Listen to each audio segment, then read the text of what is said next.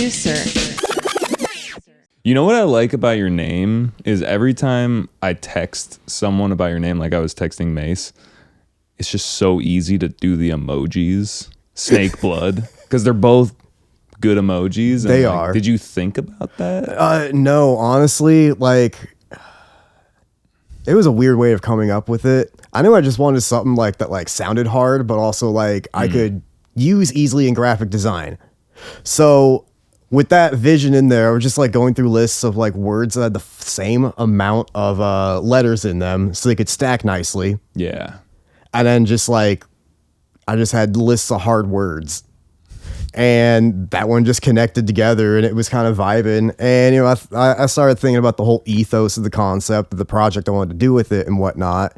A lot of it was going to be like some like intense sort of spiritual bass music a little bit. And as I'm doing a little bit more research on like, how can I run with this? There's a lot of different cultures that believe in like drinking snake blood. Really? In order to like gain knowledge or whatnot. And, you know, like throughout different cultures, the snake has always been held in various regards of different sorts, kind of all over the place. So, I mean, you know, it's a fun theme to play with in the larger scope of what you're trying to do. So, yeah, I've just been having fun with it, really. Have you drank the snake blood yet? Not yet. I mean, maybe if I end up in like Southeast Asia or something where it's an option, I just, I'll say I don't readily know a great option outside of like going and buying a snake myself, which I just don't really want to do. It just sounds like a lot of work for not a whole lot of. Yeah. Not a lot of juice in the snake. Oh yeah. Yeah. I mean, you gotta milk it out and stuff. I saw a video of it. It was kind of crazy, but. Whoa. That's giving me some like wet market vibes. Yeah, definitely. Definitely. Like not sanitary vibes. Well, I feel like if I'm already in a place where this is going on, I feel like I screwed up already. Yeah. You know, now we're in some like Hangover 2 vibes or something. Yeah. Would you ever own a snake just as like a pet? Yeah, definitely. I think reptiles are super cool. Like I've had a lot of friends who were into like herping and stuff, and what is that? Just collecting reptiles and stuff. Herping? Yeah, it's like herpetology or whatever is the the longer study of reptiles. Yeah, so they just call it herping. Herping, dude. Yeah, just like looking for like turtles or snakes or whatever, like in rural areas, kind of more like fields, outbacks, wherever. Oh, so they weren't buying them from pet shops. They were like, not always. No, a lot of times they were like looking for them, but then other friends who liked collecting them and stuff, you know, you're always looking for like crazy patterns and stuff. And you know, also sometimes doing like selective breeding to just make crazy designs on them, like, you know, red and white diamondbacks and stuff like that. Just because, you know, they think it's cool. I kind of do too. It's kind of cool, yeah.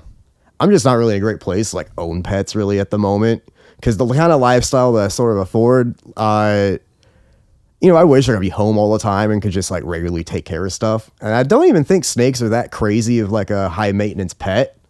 No, yeah. But I'm just like not in a great position to be like, yeah, let's own an animal right now. And it's not like a personal responsibility thing or whatnot. I'm on the road a lot. I'm around. Like, I don't know if I can make time to care for another like living thing at the moment. Maybe one day you'll get a snake. Yeah, one day. Do you have you thought about what you would get if you did? Or would this be the first time? I mean, maybe not the first time. I wouldn't mind like maybe like a 5-foot constrictor or something like that. Oh, okay. Because I mean, yeah, a bit. Because I want to be able to take it places a little bit, and not to be like the weird dude with the snake showed up, but like yeah. You can be that guy. Are they like friendly-ish sometimes? I mean, they seem pretty docile by any of the times I see like people handling them, you know, like doing like street vendor stuff or whatever, or street performances. Yeah. I think it's just kind of more or less like not the bond you have with it, but like how trained you are in like handling it. Yeah. And just like keeping it calm. Yeah. So just a quick tangent. I had a friend that was telling me he's had like every job in the world, basically. Like he's worked at every random store. And the last time I saw him, he was telling me about like the money you can make from breeding deadly snakes, like super venomous snakes. And I was like, do we need more of those? Like, I don't understand. Why? Actually, there is an answer to that. You can sell the venom that you can harvest off of it so they can create anti-venom for it. So there actually is like a useful market for it. Okay, all right. Now, on the flip side of that, I'm sure there's just crazy people that are just like owning a lot of animals and being like, yeah, man, this snake can kill 100 people. Bro, you kind of know about snakes. You might be like into herpetology. Just a bit. You know, I dabble. I've had my run-ins. For sure.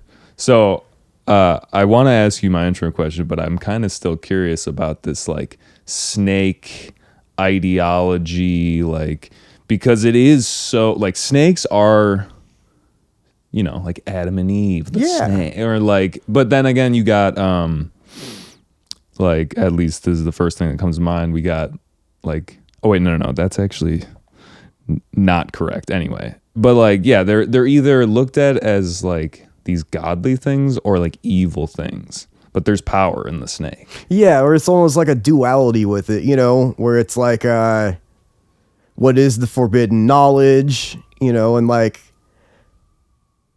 pretty sure there's a several different snake gods that, you know, like might embrace more like darker aspects or lighter aspects of like the psyche, I guess, almost to a certain degree. And we got the reptilian brain, also known as like the snake brain.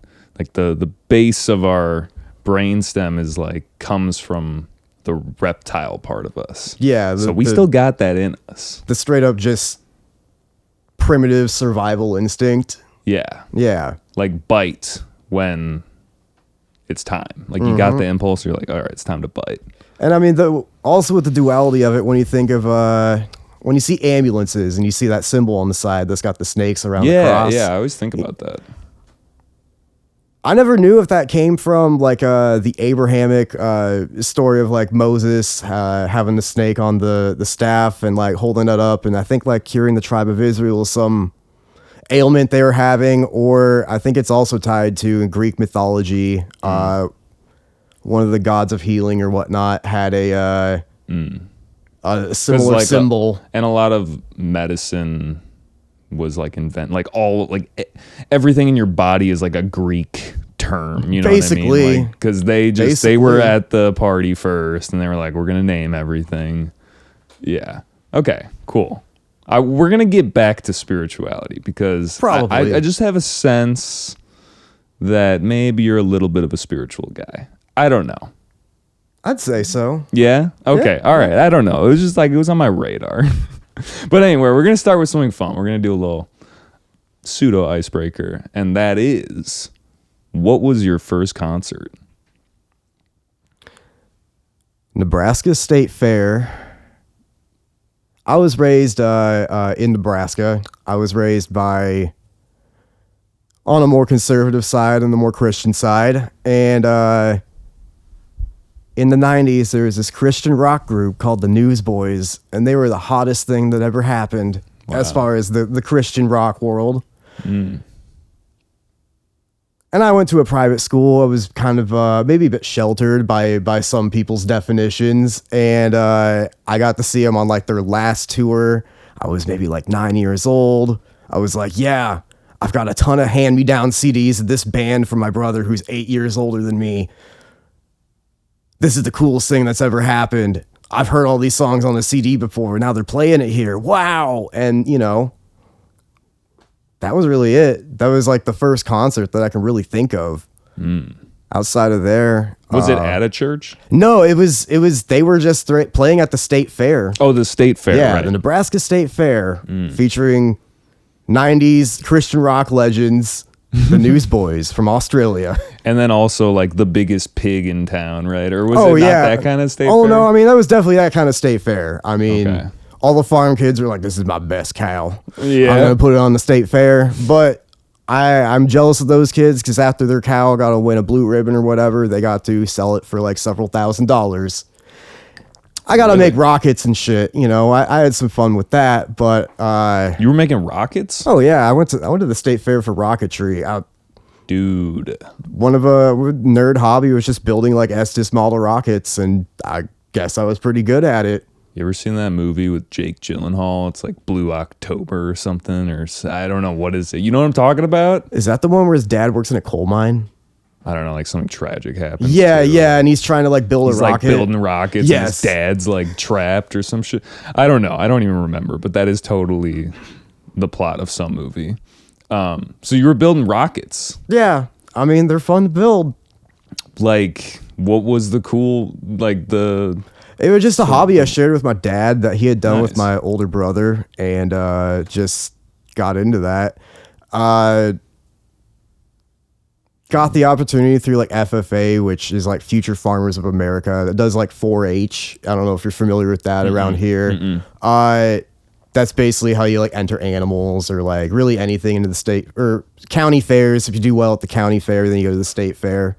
And I mean, there's all sorts of stuff. There's like people enter the competitions for like cake decorating, photography, all sorts of stuff. Have you seen the ones where they're like mimicking animals or like their husband or like... Or they're doing the pig calls or whatever. Yeah. I think that's a southern thing, but yeah, they're sitting there doing the crazy hog calls. Dude, where do you practice? Like, you know what I mean? Like, you just gotta that's gotta be an innate ability. Like, yeah, I feel like that's gotta be like something you're just like raised with. Of like, Jimmy, the hogs got out of the trailer again. You gotta go call them out. I mean, just like imagine the scene I'm thinking of is like you just like walk into the house and your mom, you just like hear some weird noises and she's just like in the room looking at herself in the mirror practicing her pig calls. Like, I'm just, what in the world? Well, I mean, it's only awkward if she asks you to give you feedback. Yeah, right. You're like, I don't know. Like, you go. I don't know. You need a couple more wheeze in that phrase, and you got to pause just a little bit. Yeah. Just a little bit. Just a little bit. Give me that magic. All right, now let's run it again. You know, that was very technically good, but like I didn't feel any soul in it. You know, let's give it again. Yeah, dude. I guess that could translate well to like metal music with like pig squeals. That's what I was thinking, because I mean, I'm sure somewhere in the Midwest in like 2008, when like Midwest emo was like in full swing, someone's mom was practicing her hog calls, and he's like, no, mom, it's like this. She's like, God damn it, Jimmy. That was a good one. That was a good one. You're going to go on to bigger and better places. You're going to make a name for yourself one day, kid.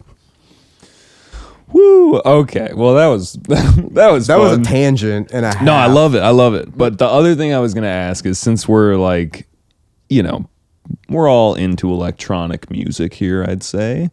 What was your first experience into that type of music? This is where it gets really weird. Okay. So when I was in middle school going into high school, I'm living in small towns in Nebraska. A few kids around me are like trying to put together bands that basically just kind of sound like, I don't know, like hardcore in 2008. I can't even think of any bands like anymore. It's kind of been that long, but I got into recording my friends and stuff in garages, and the first DAW I ever picked up was FL. And, you know, I was in like maybe 7th grade or so, and I had FL6. I remember I saved up all my money, and I bought like the $200 edition, and I felt like I was just swagging. Bought that sweet pepper. Swagging so hard, and like all these stock beats and stuff in there were like stuff I'd never heard before. And you know, like you don't even have like a great way to describe it, because like my introduction to like rave stuff, whatever, is so backwards that it like I didn't know genres or anything. This is when we all called it electronica. Yeah, or like trance or something. Techno, yeah. Nobody listens to techno. I always think of that. And so I started listening to demo tracks in FL and started looking up artists from there. That's how I like found Deadmau5 on his like rise to fame and whatnot. And so like I kind of started to get into, I guess, what would be progressive house at that time. And, you know, I was finding all this other stuff. Dubstep just wasn't like a readily available thing on the internet yet. And a few of these other genres, you know, like were going to explode. But ultimately, as far as even like DJing, this is again where it just takes such a left-hand turn. where I grew up, a good third, at least, of the population was first and second wave Latino. Whether that be from Mexico, Guatemala, Colombia, wherever, because there's just a lot of ag jobs and it's low cost housing. And they're just kind of well-known havens for if you're going to go to the US, like go here, there's jobs, they're easy to work, you can send home money, you can do the thing, you can make it happen. So I started DJing quinces and stuff, and I got into like cumbia, tribal, bachata, like all reggaeton, all the, Latino genres for music, because that's what I was playing. And that's when I got to come on the first like thing that kind of really touched me genre wise, Moombahton, because I got to combine these like fat, slower, like reggaeton beats with like the dirty, oh man, what were the genres that were cool then? Dirty Dutch, electro house, stuff like that. And, I got to like play with it between slowing it down and playing it over stuff like that. And no one else was doing that around me. And really not a whole lot of other people around were really hip to that tip yet. And like it was starting. Mm-hmm. And Moombahton had that like summer blaze where like this was like the genre to listen to. Yeah. And it was fun to kind of have that first like kind of like national movement that you almost felt like you participated in a little bit, because you were doing the same thing as so many other people. And some people were getting some really cool results. And even still, when I go back and listen to some of that music that came out then, a good 11, 12 years ago, some of it really still holds its salt production wise, as far as like what's getting pumped out now. Mm-hmm. And we got a whole decade worth of tools that like took music production to the next level. We went from a little bit of like upward compression, people were starting to dick around with 10 years ago, to where it's just like, if you're not using some form of upward compression in any of your mixes or whatnot, like you're not even relevant in the conversation anymore, it seems, as far as like loudness wars and stuff go. But yeah, that's kind of where it started. From there, I got exposed like the heady hippie stuff, like Tipper or whatnot. Yeah. And the inner like band kid and like music nerd like came out, because I was like, oh man, these are crazy polyrhythms. Oh man, this is sick. I would actually even show some of my band director this, and he'd be like, wow, this stuff is cool. This has like actual artistic merit. And I almost kind of went in, because I am a classically trained, I guess you could say, musician. I started playing piano when I was 4. I started playing saxophone when I was like 9. I played a lot of other instruments. I went to a mega church, and about the age of like 10 or so, started running sound for like a 400-person amphitheater. Whoa.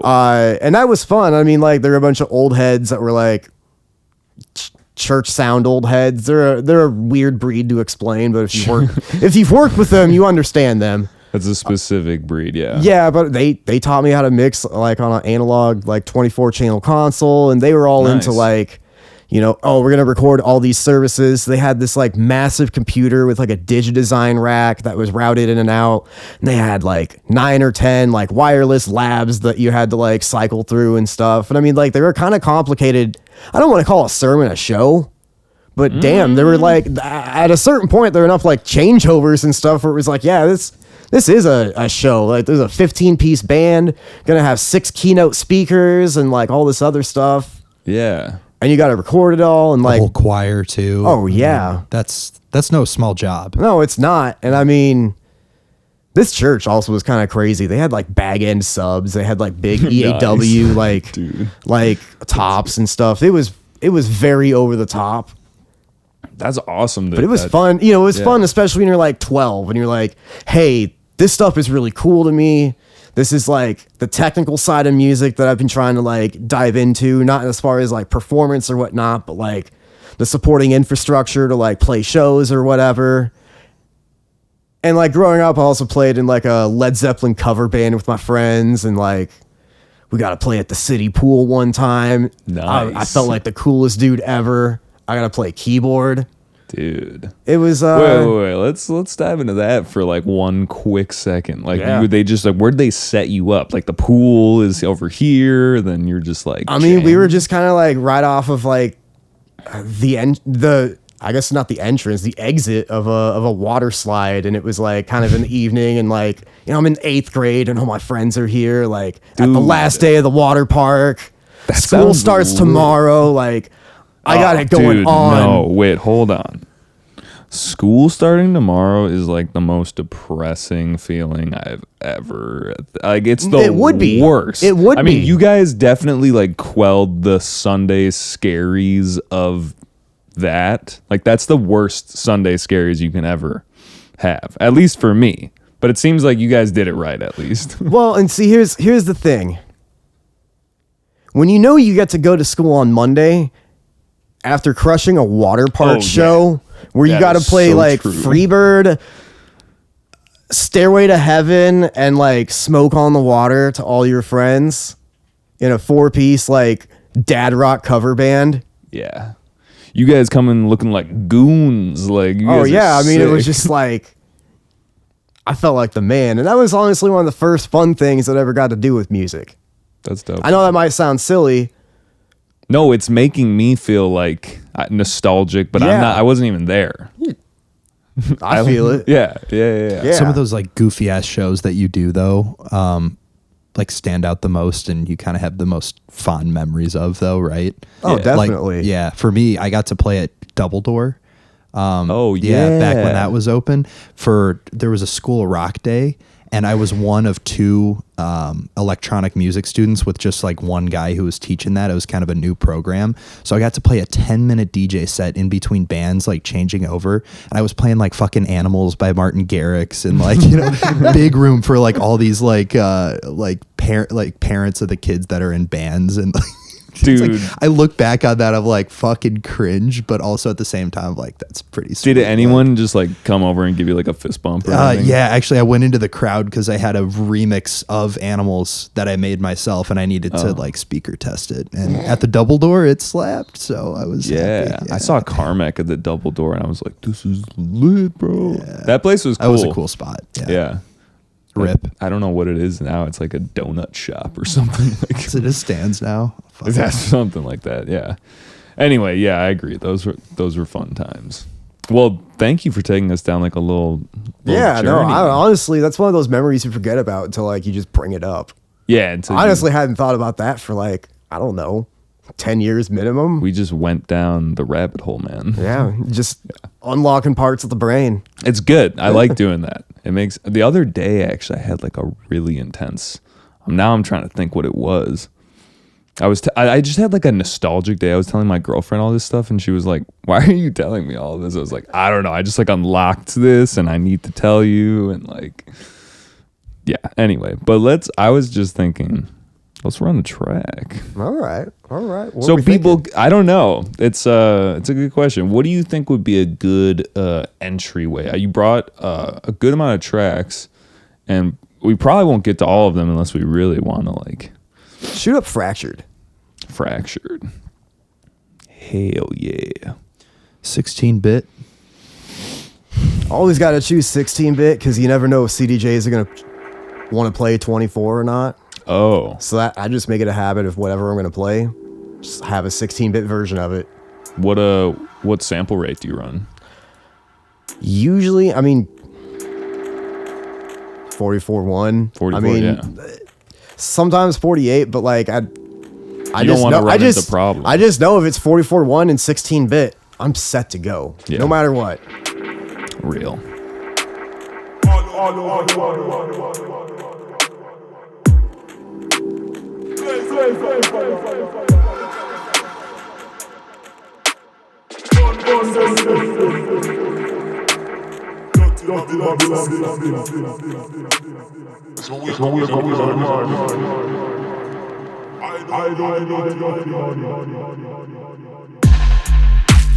Yeah.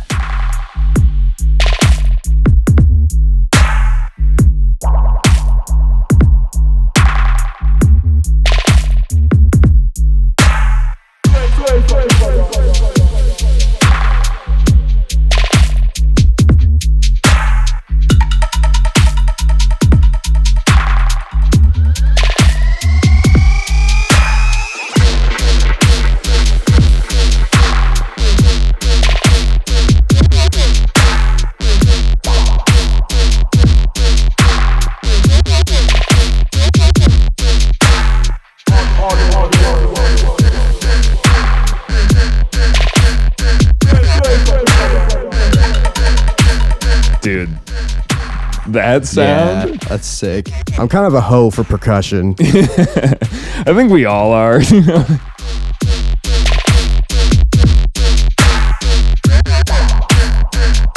I'd say another fun thing with like sound system-y music is playing around with dub delays and stuff, because I can just send 4 or 5 different signals through a fat dub delay and like modulate a few things.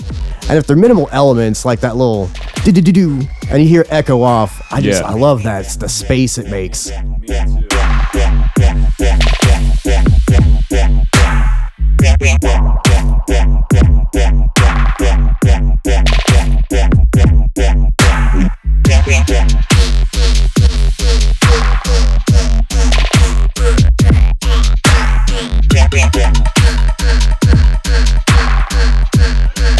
Do you know Komodo? Oh yeah. Beast of a producer. Dude. It's kind of reminding me of that like kind of like noir, like just the sounds that are, yeah, I mean like the palette is very much sample based, but like not in a bad way. It's just a lot of like oddly pitched stuff just processed really weirdly, and it just kind of makes more textures if anything, you know? Yeah.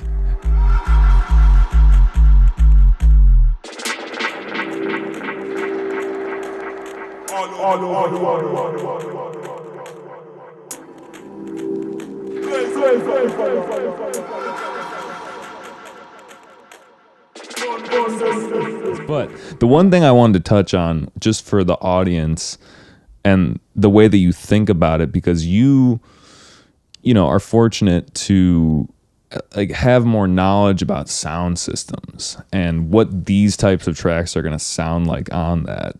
And you know, we were talking before we got on this about the fundamental and then some of the overtones in the bass sound just being like very important.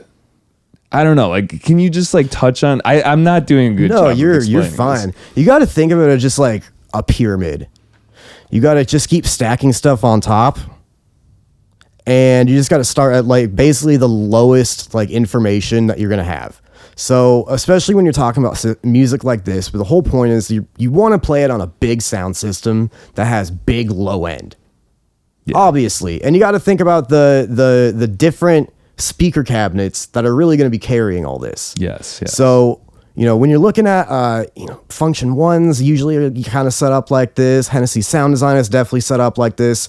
A lot of these more Voids are going to be set up like this. A lot of these more boutique sound systems are usually going to be kind of like a 3-way system. You're going to have subs, and those are going to carry like on the low 20s through maybe say around 70 hertz or so. That's arbitrary. I mean, each one's going to be a little different.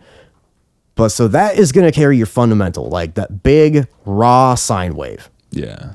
The lowest of low, the ball tickler, whatever you want to call it. The ball tickler? That the lowest, most girthy tone there. Yeah. You got to think about that's going to come out separate. So go ahead and process that separate. Go ahead and like stack on, like that low aspect. Then you're going to move on to like the second, third, and fourth order harmonics.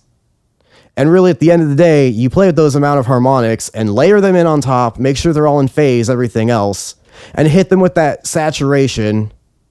And that's what fills out the next layer of speakers, which typically you're going to call them mid kicks. They might be a little bit more punchier on the transients, like so that as a system, like they translate kicks and stuff a lot better. They're gonna sit in like what you might call the mud box, like the early hundreds or so in the mix, but they're gonna carry the frequencies that are like 70 hertz through like upwards of maybe up to 200 down to 150, somewhere like that.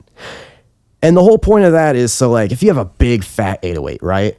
And you even look at the waveform and you see it's clipped a little bit. Mm-hmm. That's going to give you indication that like you're going to be bringing in and introducing through the Fourier series more of the second, third, and fourth order harmonics. Those are going to be in different amounts, and you can shape those amounts to give you different like subtle tones. Mm-hmm. But basically, when you layer that on top, it's no longer just like one sub. It's now a more like rounded, cohesive, and more translatable signal that is going to come through those mid kicks as well. And that's what like gives you that chest pressure. That's what gives you that fun, like the clipping almost aspect of it per se, because Those I mean, luffs, bro. yeah, definitely. And it's also, I mean, like you're going to hear it. And especially even if you're not even talking about systems, you're even talking about a cell phone. Yeah. This is where, we were talking earlier. It's all about really training your ear, and it's not always necessarily about how you're hearing it. You can do this on headphones. You just got to really train yourself to like work with this stack of like, the best way to do it, in my opinion. So you have your low element, you have your mid element with your saturation on it. Obviously, you're going to do a little bit of like extra EQ to make sure you're not punching heavy on the mud box or anything and just making it too clunky in that like 100 hertz area or whatnot. Yeah. But this is where the listening comes in. Once you know that perfect amount of saturation to balance that with, and you introduce this other tone that some people call it a tracking frequency. Essentially, like there's a couple different ways to do it, but the most effective way I've found, have another send for your sub, distort the shit out of it, abuse the fuck out of it. just you can even layer in a little white noise too. And then go ahead and take a really, really, really tight like bell curve, like a band pass. And just take it a little bit of like somewhere between 1 and 5K and layer in just a little bit there. And it's going to be this little extra fuzz. But if you're using the original like subtone, that fuzz is going to still translate out like a discernible tone. And you layer it in just a little bit so that like if you're on the car stereo, if you're on a cell phone, if you're on the earbuds, or if you're on the big boy rig, there's this extra bit of tracking frequency that's going to be a naturally generated harmonic from that original sub, so that it tricks your ears into like helping you discern the actual pitch. You can think about what the sub is doing without hearing it. Yes. Yeah. And it actually just helps the cohesiveness. And when you have stuff like that, you can find you're pushing your sub a lot less. And you're giving yourself way more balance in your mix overall. Because you've created like a great weapon of a sub that you don't need to over like insert it into the mix. And you can leave yourself way more headroom for, getting those luffs out or just making sure other stuff just isn't getting too drowned out by it. Because it's real easy to overdo the bass. I mean, yeah, that's everyone's first mistake is like, bass, make it sound good. Yeah. But yeah, it's just, it's also a matter of just like teaching yourself how to listen. Because, like anyone's first time trying to like actually understand compressors, louder isn't always better. Louder doesn't mean I made the signal like more optimum for like what my application is. It's training yourself of like, how is it in relation to everything else? And less of, is it loud or not? Yeah. Real. Thank you for that. Because like you were telling us that a little bit earlier, and I was like, bro, this is eye-opening. Because I'm always thinking about like how especially dubstep artists, or like what we were just listening to. Yeah, it's so subtle. Like the differences between the tones of the sub. It's like that's what it's all about. You know what I mean? And I feel like you just laid the groundwork, essentially, to how to think about creating. Or manipulating the different elements of that. It's all about the pyramids. It's the pyramids, the triangles. Dude, I'm telling you, we're about to get deep into some spiritual shit. Word. Let's. You want to run the whip? Yeah. I think it's honestly just called like SBX Way. This is a collab track with the homie Waylo out of Colorado. Shout out Waylo. He brings a slightly different flavor, but I fuck with it hard. It might be a little bit closer, like what kids might like prefer is like classic rhythm or whatnot, but he brings fun elements to it, and he's not a bitch about his production, and he pulls his weight. And so like when you can combine two kind of like slightly different areas, you end up with a fun, like unique product. And like so far what we got out of this, I'm loving. If you want to run it whenever.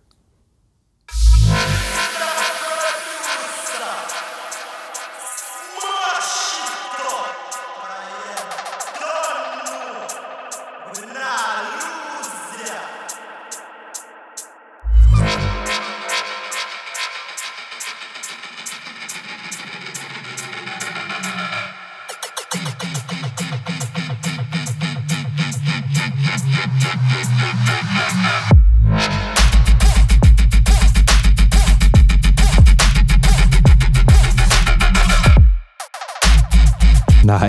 It's not too like rhythmy. No, No, not I mean, at like, all, dude. it's I was expecting country rhythm. You know what I mean?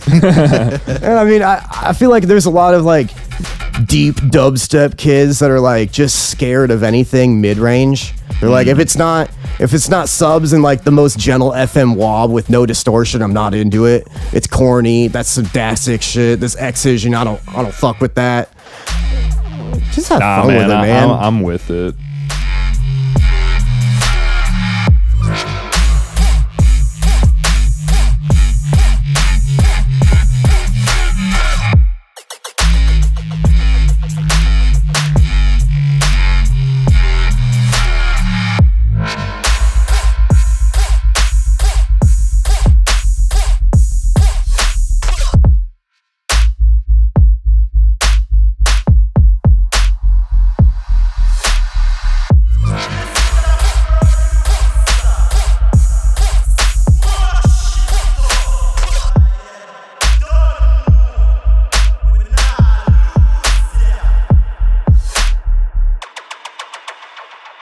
Do you think like dubstep and just bass music is getting to that level of like metal music where it's like, no, bro, that's actually whatever. Like, I don't even know. I had an interesting conversation with somebody pretty recently, and they introduced the concept that like every genre, even like niche genres, got to end up going through like 3 deaths. And I mean, like even with dubstep, you know, it had its like 2012 Skrillex moment where like, you know, we got to watch this like niche thing like break heavy into the mainstream, and like, yeah, there's consequences with that. Like there's, and not all of them bad. But you know, like, you know, there's going to be that explosion. It's going to be more focused on the mainstream level, and the underground is not going to get the same love that it did. But guess what?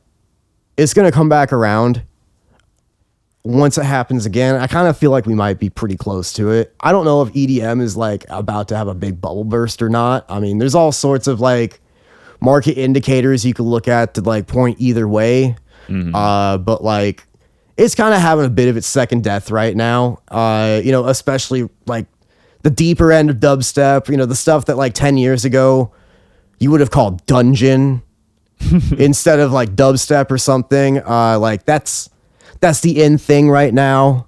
That's the top thing getting pushed, or like some form of it to like whatever kind of like niche subculture, you know, on a more local or regional level, but especially in the Midwest, it's getting pushed hard. And, you know, on a little bit more like larger level of like almost the Live Nation kind of like style, shows.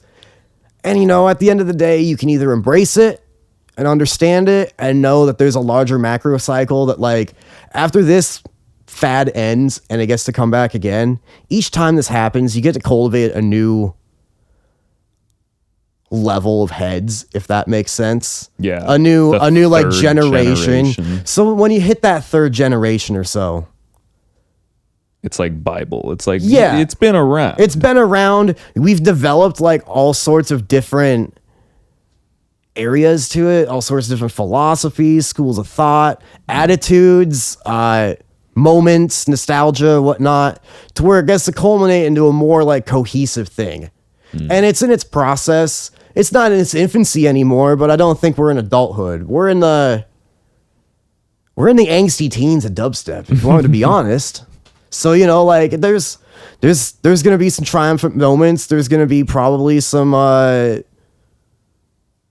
upcoming like not caring about dubstep at all when it comes to like the kids who are really into it now on the more like pop mainstream EDM level. But at the end of the day, in my opinion, with like the kind of dubstep that's like getting pushed, especially in the Midwest, with a lot of it being a little bit more rootsy kind of themed, a lot of it being a little bit more, I feel like there's a lot of attitudes of kids that are coming out of EDM. And EDM to me, if you want me to describe it, is like the target demographic that it's aiming for is like age 16 to upwards like 24. And what they're selling is like, it's an experience and it's sensory overload. It is music that is meant to be like ramrod mixed together with as like, it's meant to be riding a roller coaster, man. You're meant to hit these huge peaks and these huge valleys of emotion, range, and, you know, like a huge build to this filthy drop where you just fucking lose your mind. The molly's kicking in, whatever. and then before you know it, you're back at this big flowery like build, and like it's a rinse and repeat cycle. It's like 37 seconds. I can't listen to it anymore. It gives me anxiety. I'm just like, dude, like you almost gave me like something to work with, like as far as like enjoying. I got like 16 bars of that, and now we're back to like a huge energy dropout with some like flowery pianos building back into some epic filthy fucking drop, bro. So I'm curious, 2 questions. Do you think that like they've gotten just that much better at doing this, that it's been perfected? And also, do you feel like when you were that age range, like you were into that? Yeah. Or do you like, because I'm feeling like we had that, and I was into that like big drop, big buildup. But I do feel like now it's like more formulaic. In a sense, I felt like back then it was people were still trying to figure it out, but maybe that's not the case. I don't know. I mean, I'm not sure. I would say like I've watched it evolve, and this is my personal opinion. Yeah. I've watched it evolve from like, I mean, man, like shit was wild back in the day. I remember seeing Crisley on a lineup on a tour with Iodo, you know, like the two dudes from String Cheese. And like nowadays you'd be like, who the fuck thought that was a good idea? But like it was it was the Wild West back in the day, you know, like there were no rules. And I don't know if there's exactly rules today in the same sense that you might think about it like that, but like it's I would say it's gotten way more formulaic now. Yeah. You know, there's a carbon copy way to do everything. And like, you know, especially when you look at stuff like the amount of Ableton templates you can grab for free that like basically sound like any spinning records track or something like that. And whoa, I never even grabbed any templates. Like I never even thought about that, but it's the same concept as it's the Photoshop template, whatever. Like, I mean, you know, like, markets are saturated. Why am I so naive? Hey, no. I mean, some people just never thought to do it, you know? Yo, actually, that reminds me. Have you heard of that? I forget what the artist's name is, but they like basically just like took some sample packs and like you know what I'm talking about? Yeah, and I think it was honestly like it wasn't even so much that they used sample packs. They like took the almost the template song. Yeah, they took the template song and like basically recreated like the example that you would get for like a different structure slightly or something. No, I mean, it wasn't even that much. It was almost basically, if I remember seeing the video about it, almost like 1 for 1. Yeah, it was pretty similar. Yeah. But I mean overall, this is almost where we might tie into like talking about a second death of dubstep. Because at the end of the day, you know, I don't know if it was corporate interests that drove someone to do that or whatnot, or just the environment that producer DJs are expected to with their output, I'd say, you know, where it's like some people are really quickly getting thrust into positions where they're playing 30 shows a year at like $2,000 each, and like, you know, they got management teams being like, we need 3 EPs like by like next month, and we need them to go to XYZ place. It's labels ran by some of the largest festivals in the US. You know, we need all this from you. And some people just aren't ready to deliver that. Yeah. Do you know any people personally that have like gone through that ringer? That does seem, seems like a great opportunity. No, it's one of those great opportunities. I think you don't have to name any names. No. I think what it comes down to is some people get like a year or two into production. Oh yeah. And they sell their personality so hard and all these other things. And none of these things on their own are bad. It's just a matter of, you know, like when you're playing an RPG game, you get way too ahead before you get enough XP and you face that boss and you're like 4 levels under like what you need. No, I'm normally the other way where I'm like, I have way too much, and then when the boss comes up, I'm like, you're like, that bitch. was way too easy. Yeah. I like over prepared. Yeah. And I mean, like, I just feel like there's a lot of people who might get put into positions where they're just not ready. Yeah. And that's not a shade on them or anything. That is not saying they're not capable of being ready. It's just like, you just might need another year or two minimum of like learning how to creative process in order to meet up with these demands that are being made of you. And if you're not able to keep up, then corners get cut, and sometimes stuff like this happens. Yeah, where you're like, dude, I just need a track. Yeah, and I mean, like, you know, I don't think anyone should get roasted too hard for that. Yeah. Because it's all about looking at the bigger picture. And I feel like some people are put into positions to do stuff they're not ready to do yet. And when they're not ready, corners get cut. And sometimes stuff like that happens. And that's Also, really it. Also, I just think about if I were to put myself in that position, like when I started making music, that was like, oh, dude, we're going to fucking kill it. We're going to like DJ. We're going to be sick. We're going to win a Grammy. And like, maybe we'll still do that. But like, if you're given that opportunity when you're young and like you're getting money and you're going on a tour and you're playing to all these people, it sounds like a crazy lifestyle and most people can't do that. So like, do it, man. Like, that's sick. But I do also see what you're saying, where it's like, all right, well, how am I going to keep this going? Yeah. Well, I mean, at the end of the day, it kind of just depends on what your larger picture goal is. Yeah. Because at the end of the day, if you're in this industry and you want to like last, you got to have a plan to last. You got to have a long-term goal, and you got to have markers the whole way. You got to think about like, where do I want to be in 10 years and like work backwards from there? And I know like a 10-year goal isn't really like realistic for anyone, but like if you have serious aspirations, like you might be able to at least like horseshoe hand grenade kind of figure out where you want to be. Just work backwards from there. Think about where you want to be in 8 years, where you want to be in 6 years, 5 years, 3 years, 2 years.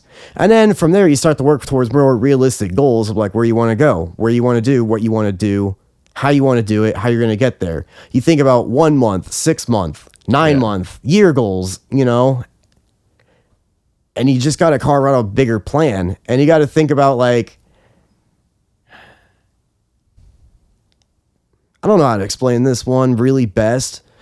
There is a lot of weird social pressure and this idea that everyone needs to be an influencer, that everyone needs to have this rags to riches, like Eminem style, like 8 Mile, your 50 Cent get rich trying like story. And you got to have this crazy underdog like energy. And if you don't have that, like, it's not going to work. No, man. It's really easy to get sucked into like a bullshit hustler mentality. Mm-hmm. And it doesn't matter how much dog you have in you. You know, or like, yeah, he's got that dog in him. And I mean, you can feel like you have all that you want, and you could still end up like just doing the same shit 5 years later and just wonder like, why didn't I go anywhere? Either one didn't have a plan, or you didn't have a plan that was realistic, or you didn't have a plan that like you were going to be able to follow. And you know, like, yeah, you're going to need that motivation. Don't get me wrong. Don't let that go nowhere. But motivation without a plan is just, it's a fancy tractor stuck in the mud. Blind courage. it's useless, you know? Yeah. And yeah, going back to what you were saying about just how people get so, I don't know, caught up in that fantasy of things. It's like, if something like that is kind of in your sights of, you know, going on tour and collaborating and playing with some of these like crazy artists, like it's next to impossible, I believe, if any of us got put in that position to like say no to something like that, right? Oh, so yeah. you just go down that path and you don't really have the mind of like, okay, like what's, you know, what is this going to be for the rest of the culture? What is this going to mean in 5 years? You know, does it have the sustainability? It's like you're looking at like fucking a paycheck and a record release and you're like, fuck yeah, let's do it. Right? Yeah. Like, well, I mean, you know, there's the longer something like the music industry goes on, the more of like 4, 5, 6 dimensional chess it becomes. So now we haven't talked about like trying to own your own masters or whatever, or like trying to actually negotiate out like how much you're doing streaming or something like that. Mm-hmm. And you know, you might not have the same kind of market revenue share that like hip hop might have when it comes to streams or something, but like it's figuring out all these different like facets you got to get educated on, and like it's a shitty process, man. Yeah, I'm actually curious because you seem like a very insightful person in general, but also on this subject matter, I'm curious how you learned a lot, and I feel like it's always through like friends and people and just like, what I mean? Like I went to college for audio engineering, Okay. and I learned a bit of music business. The thing is, like, Yeah. such a thing like music business is so evolving, and it is. Dude, the AI, not to like. Well, I'm not even going to touch on AI. I'm just talking like I'm just saying that's the way the power is held on the upper end versus like the producing artists, anyone actually like holding the industry together. Yeah. Versus like the weight that is on the managerial aspect up top of like these hierarchies that have been created. The power is just so backwards balanced against your favor that really this is how you just have to learn shit. Every time you're entering a new arena, you just have to realize like I'm going to take sometimes what might seem like some hard L's, what might seem like some like I just got to get it learned on how I can get fucked in this next like level. Yeah. And once you learn all those ways that you can get fucked, you begin to realize how you can protect yourself from getting fucked. But you just got to learn it kind of the hard way. Yeah. Either that or like just again, either have a really great resource. I worked at a smoke shop over COVID. Yeah, I saw that you were like holding this little bong. Yeah, yeah. It was a cool place. They did like all their own in-house glass blowing, and like people would bring in rigs and stuff that they broke. We're like, hey man, can you fix this? Every now and then you get like some goober who's like, oh man, can you make me a big old bong with like Bowser on it? That would be so cool, bro. You're like, sure, dude. Like I'll let the glass blower know you got the money. But one of my coworkers, as a side hustle, he did like I forgot exactly what he did. But he worked with figuring out who owned the different masters and like did like licensing and stuff. Like sometimes companies would hit him up and be like, hey, we want to use like XYZ song for a commercial. We'll pay you X amount of money to go figure out who owns the masters and this and that. And so he'd use his resources that he paid for to like run like BMI or ASCAP or something like that to like look up stuff, and would basically then like be an intermediary to like negotiate like, hey, like what rights can they rent or like purchase or whatever for like this piece of work for whatever they're trying to do, like 10 seconds of a Viagra commercial or something like that.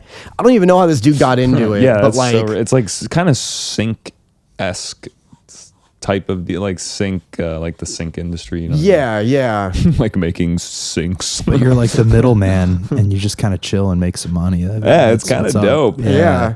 But so he taught me a bit about like owning your masters and stuff like that, and actually how sometimes easy but also incredibly hard it can be. Yeah.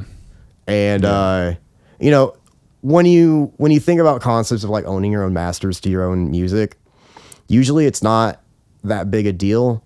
But then when you think about like these newer tools that are available to people and like TikTok, if you have like some sort of Instagram audio, TikTok audio, whatever, and like, I honestly don't even know the current status of TikTok. Dude, like if you like, get paid out well for it or whatnot, but like, yeah. I'm just saying like, if you got that dog in you and you got some skills and you're just like constantly hustling out beats on reels and trying to figure out some way to get this planted to like, just have a real trend, and like your track gets put on there like 1.5 million times or whatever, like overnight. That shit can happen. Yeah. It's not that unfeasible, but it's how much you actually get paid if you own your masters or not. So like those beats. I don't know the metrics on that. I don't know exactly how that all works. I'm still trying to figure it out myself because like, you know. Sorry, Mace, were you going to say No, something? you're good. We've actually got a buddy who I think he has had 2 tracks go viral on TikTok. One had like fucking 10 million or something plays. Another one had like a couple million. And he actually did see some stuff from that, not just from the subsequent streams on like Spotify and whatever, but like from the actual TikTok thing. Yeah. I think he released on like I don't know if it was a full-on label or just a SoundCloud label, but it was a pretty established brand. And yeah, you see a little bit of that, but yeah, well, the thing I've been, and like, I don't want to turn this into like a how to game social media like thing, but like the thing that I was thinking about the other day that was kind of disturbing me is dude, a lot of accounts, like I'll follow producer meme accounts because like it's just funny to me. Yeah. But I'll notice that like a lot of these accounts will just jack like screen record or something, like someone else's video and then post it on theirs. And I'm like, bro, what the like when did that become cool? But to go back to the whole audio being laced into it and like your master, it's like they technically just created a separate thing, and like that is totally gonna fuck you over if that's the account that has the viral. I'm just like, oh, absolutely. Or like even something as simple, again, not trying to just make this like a whatever. I talk about Instagram way too much. Yeah, dude, AI.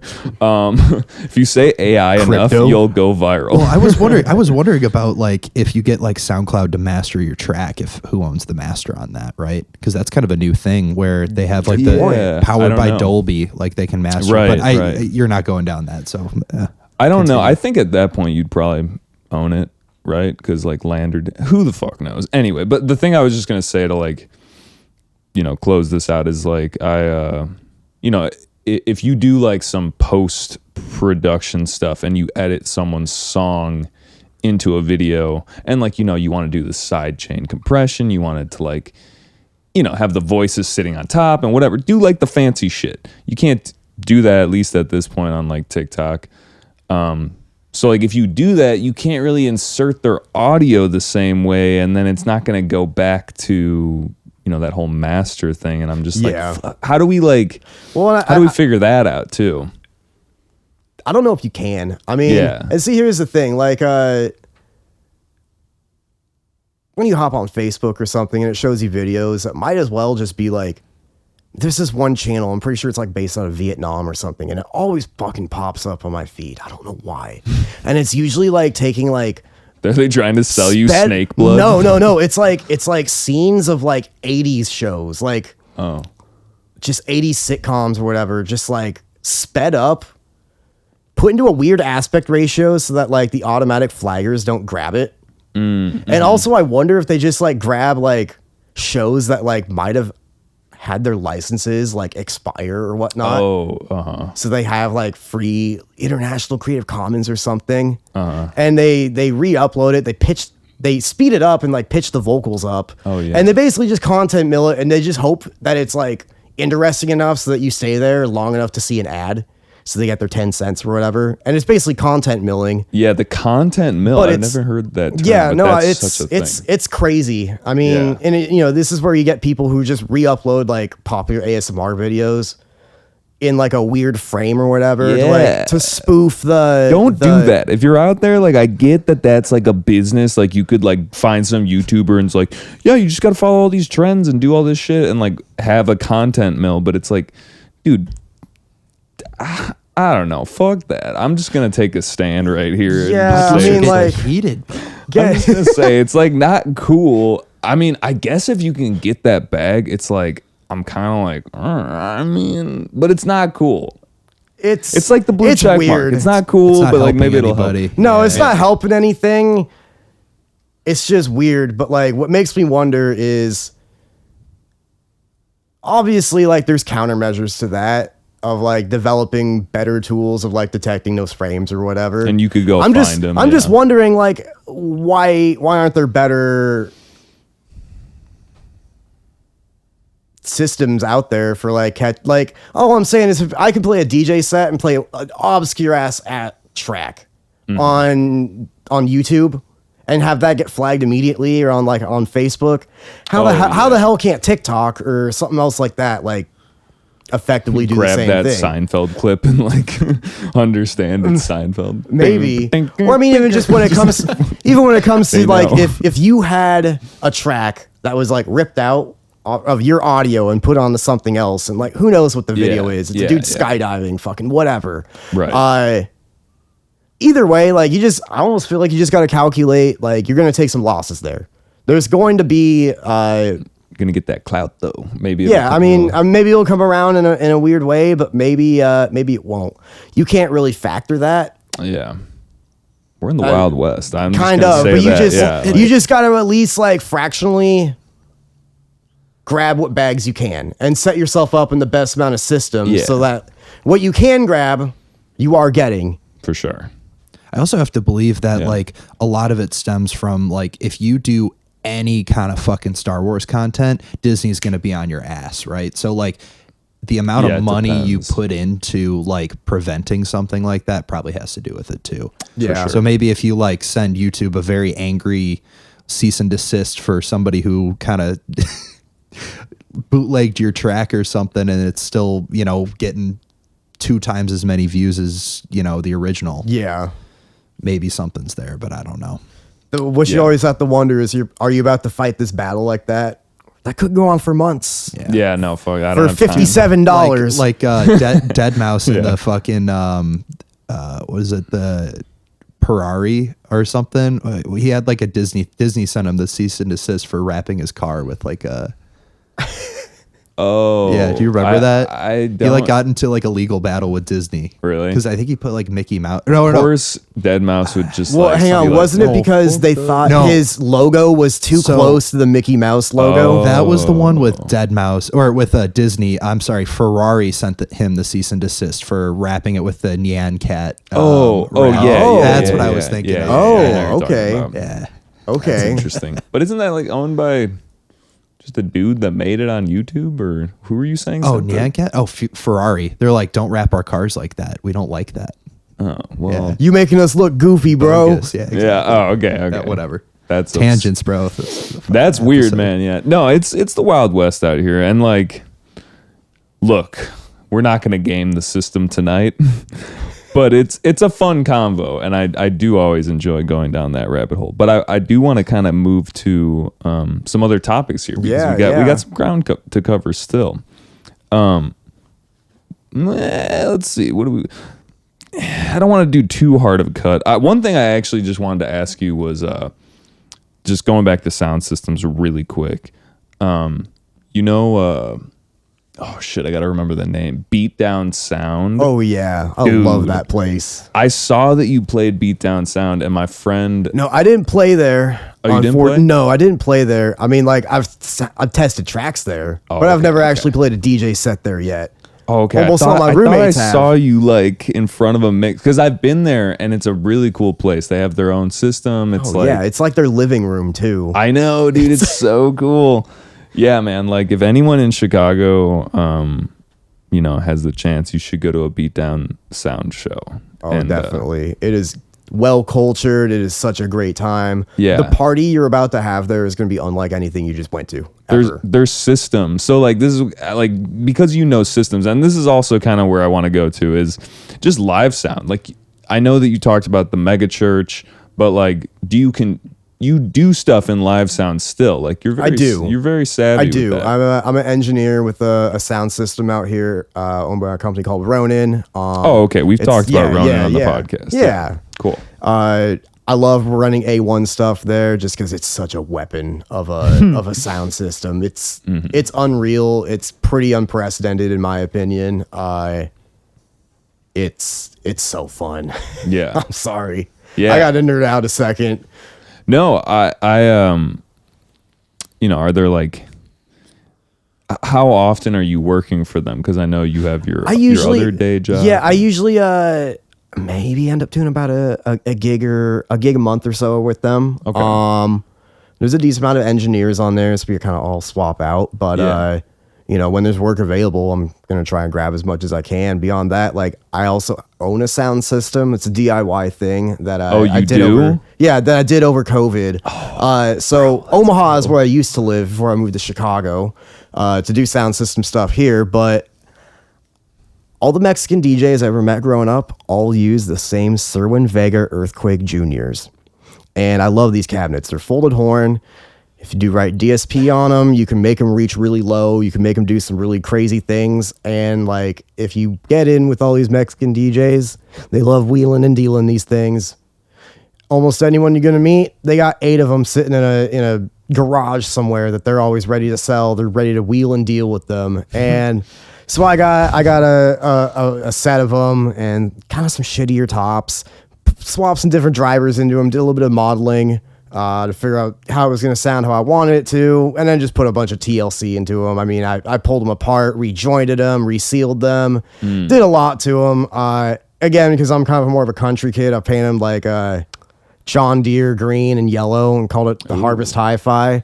And I just host like Midwest-based artists that do like sound system worthy music on it. And I've done that in Omaha for it's gonna be month 17 coming up here. It's the last Saturday. Is that the Quake 402? Yeah. So it's Quake is the name of the series. Gotcha. One kind of named after the Cerwin Vega earthquakes there, which even more meta. In the 1970s, when they made the film Earthquake, this is coming off of like the cinema time where they were trying like Smell-O-Vision and a bunch of other like weird like gimmicks. Wait. They actually tried that? Oh yeah, I mean like there were various movies, especially in the 50s and 60s, that they came up with like the silliest gimmicks for, of like letting scents off, letting like weird theatrics and stuff. Honestly, during the movie. that's kind of cool. They were trying to push the limits. Yeah. And like, you know, sometimes there were some really crazy ideas that some people had. But the one that really stood out for this is they approached Edwin Cervinsky of Cerwin Vega and they were like, look, can you do like a sub drop or something? Like on the like, well, can you make a speaker that like does like a weird rumble? And we're going to have that in the theater. And on the reel of the tape, there's actually going to be just like, it's just going to generate a sine wave on its own little channel here. And we want that routed off to the sub. And so during the earthquake scenes, to like give people that first like IMAX style, like thump. Yeah. They had him make this weird looking folded horn sub, and he took those designs later and was like, hey, these could actually like be commercially viable for like, some these stuff. kind of smack. He's like, yeah, these kind of fuck. So that's how the whole Earthquake Junior series was born. And I love working with these things. They're nothing special. They're not going to be the most cutting edge thing you'll ever see. I mean, the technology has not essentially changed in like, I don't know, since the mid 90s, but I love working with them. I've had a lot of fun with them. If you ever want to like fuck around with like building a beginner sound system, I always recommend just being like, dude, just look for refurbished shit and just play around with that. Because the cost of materials or whatnot, if you want to go spend like way more money prototyping like whatever plans you found on the internet, go for it. But like Baltic birch plywood is like well over $200 a 4x8, and you're going to need like 5 of them to prototype one. So like the cost factor is up to you, but there's no need to spend that much money. Yeah. In my opinion. Okay, wait, no. I want to get into this sound system culture because like I've thought like after going to Beatdown Sound, I was like, whoa. Like I need to know. But before we do that, really quick, Mace, I just wanted to check. How are we doing with space and all that jazz? We're good on space. Okay, we're chilling. Yeah. What is it saying? We got 214 disk space. We started at like 300 something. Oh, so we're chilling. Okay, cool. yeah. I tried to make a lot of space. So that's like always a weird worry of mine. I'm like, how's the space? Anyway, but like, so going back into the sound system culture, because I think it is so cool to make your own stack, and I could totally see myself getting into that at some point. But like, just like any other hobby, you can go balls to the wall and spend so much money and get like 3% return on like the higher end stuff. Oh yeah. But you know, if you were to just tell someone to like get into this, like, I know we talked about the sub, but like you were just talking about the wood. Like the wood is the thing that holds all them together, and you want to have like good dense wood so there's not a bunch of rattle or whatever. Like, I mean, so like the universally accepted material is this stuff called Baltic birch plywood. This stuff is not like plywood you go get at Menards or whatever. It's like perfectly straight. Birch is inherently pretty heavy, very dense, and very hard. But light enough for the applications you'd want it for. This plywood has like 18 plies on it. You can smack it with a sledgehammer and it bounces right off, especially like after you've built a cabinet and you put like Duratex or something on there, which is essentially sort of like a truck bed liner or something like that. It's It's damn near indestructible. Like a plastic or something? Or Yeah, like what- kind of. It's like sort of like a polymer. Okay. That just like ends up making like a damn near indestructible shell around it. I don't know if Yeah. you ever seen like like the rhino liner test where people like cover a watermelon in it and then like toss it off a building and it bounces like a basketball. Whoa. Yeah, this stuff is Whoa. material engineering that we're living in is crazy. We're about Yeah. to see some cool things happen in the next 10 years. So excited. And I mean, this isn't even exactly new technology. It's this materials engineering that we're working with has been around for like 10 years or so at least. But like when it comes to if you want to get into sound system like that, you can be a part of the culture and not have to worry about owning a sound system or doing anything like that. Really, at the end of the day, like sound system culture it kind of comes from like Jamaican roots of just being like, yo, we got this crew of people, we cut some cool records, we remixed them like in our clay hut, and like we made this homemade sound system. We're just going to play some tunes out with our crew. The sound system is more than just like a stack of speakers. It's the crew. Yeah. You got like a guy working the mic, you got your producers, you got your selector. You got the dub siren Yeah, guy. you got the dub siren guy and the No, fun. like legitimately. No, like, Wait, am absolutely. have No, I been dude, lost on this? at Are you serious? We should go to Beatdown Sound sometime. They have like, the guy took me to the back and showed me it one time because we were staying late, and he was very gracious and just showed. I was like, dude, what? And This that is one, insane. That one is very unique because that uses a totally different system to like power everything. Like you got your power amps or whatever. That's normal, but they use this thing called a sound system preamp where like it's kind of like a DJ mixer on a rack, only instead of EQs, it's like individual analog tube driven Dude. preamps that go to each component essentially. So that's how you're live mixing the tracks or whatnot on the sound system as an instrument, like all one thing. And you can sit there and you got these little effects ends. And they're kind of crazy. They got like a little tape echo, and then they got like an open spring delay that you can slap and stuff like that. And you can just route it into there, and like especially like vocals or whatnot. You put that into a weird spacey like rolling delay or whatever. Like when you're working the party, that gets so fun. It gets so weird. It gets so drippy. It gets so spacious, and it really can feel like you're opening up a portal. And really, at the end of the day, like people enjoying sound system stuff, it's like church, man. You Yeah. just want to like hear the highest fidelity you can of like music that makes you feel good. That's kind of at the end of the day, and you just get to share that experience with everyone else. And like So it's just to be clear, a lot more than just getting an expensive powered rack or passive rack and an amp, and then walking around with an iPad and adjusting levels. It goes like way deeper than like that. running the whole deep. thing has Yeah. become an instrument. The whole process is now a performance. Oh my god, Yeah. the unsung heroes, dude. Dude, it's crazy. That's like, awesome. and standing next to that thing, you're just like, I feel like it's just like massaging my body. I'm like, Oh, I yeah. could just sit here with plugs in and just like feel great. When they use a lot of old school designs for their setup there that I love. They use it's called Mogale Super Scoops. Is like the plans you can get online. Mogale was like a guy who kind of came up with the whole design. So like you see the driver in the front, and then it's like a transmission line behind it that comes out as the scoop. And again, those go pretty low. Like those really slam around like 30 hertz or so. And then they've got like smaller versions of that and like other folded horns that are like just a smaller form factor. But in speaker design, like you can decrease the size. It just means you're going to be playing slightly higher notes. Or in order to go low, you're going to be using a shitload more power.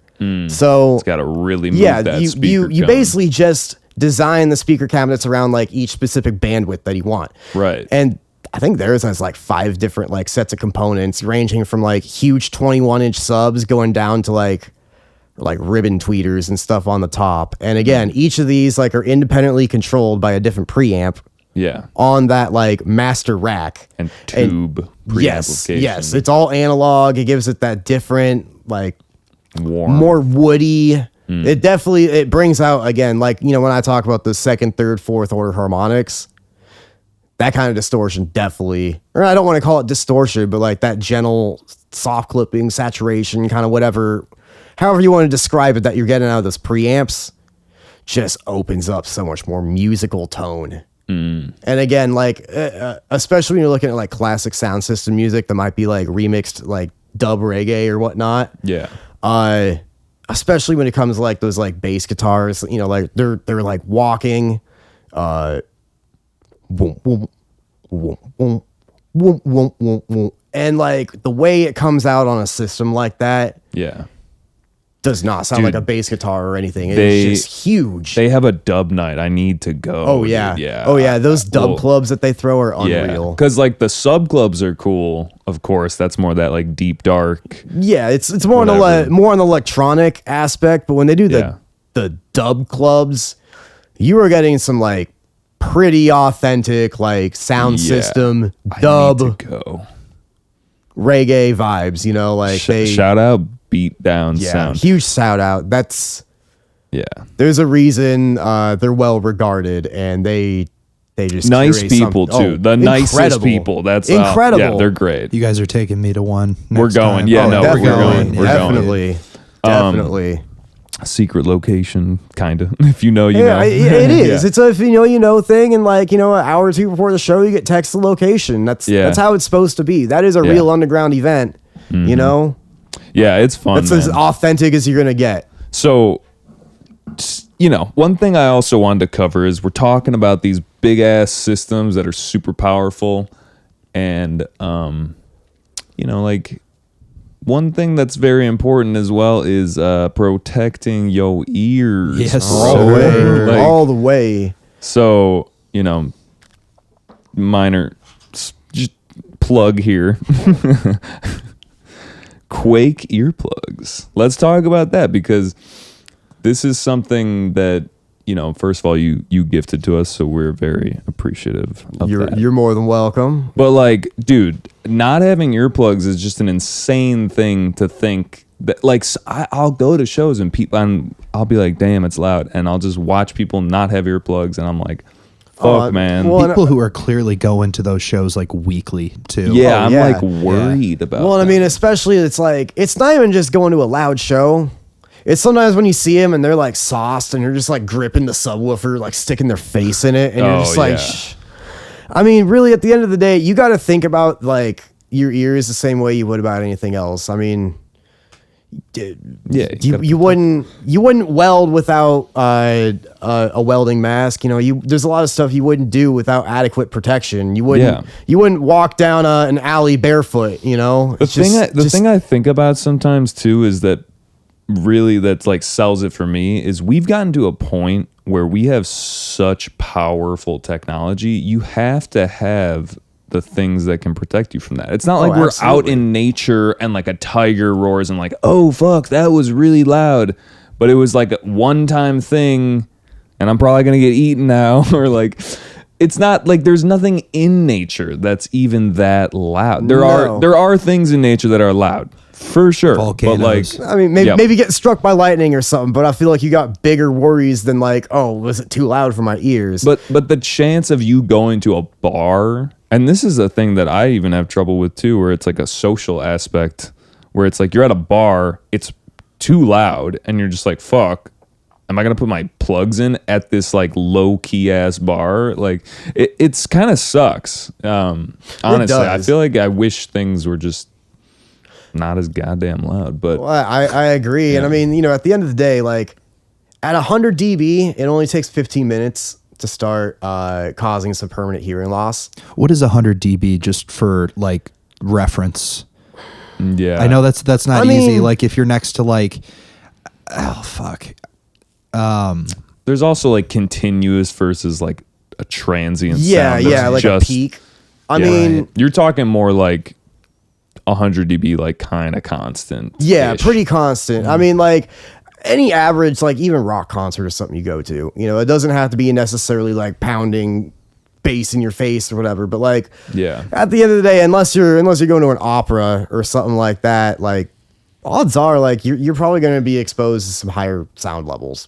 Yeah. And I feel like we're entering a newer age, I'd even say, of like awareness of being like, hey, you know, not just because there's a lot of kids that go to super loud concerts and stuff anymore. And super loud concerts aren't new. I mean, No, your yeah. parents been doing that since, you know, the Yeah, 60s. dude. Like it's fine.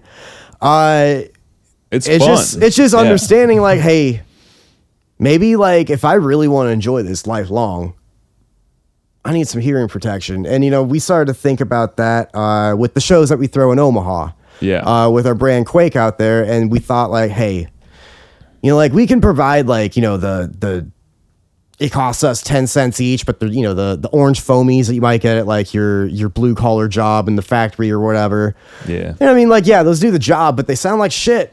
Dude, when I put those in, It sounds like you're underwater. I'll bring them, but I'll like put them in barely. Like they're about to fall out. Like that's like, I wish I didn't have those type of And deal. But you know what? But they're better than nothing. And Oh, a yeah. pro Yeah. tip is pretty much any concert you go to, they're going to have some at the sound booth.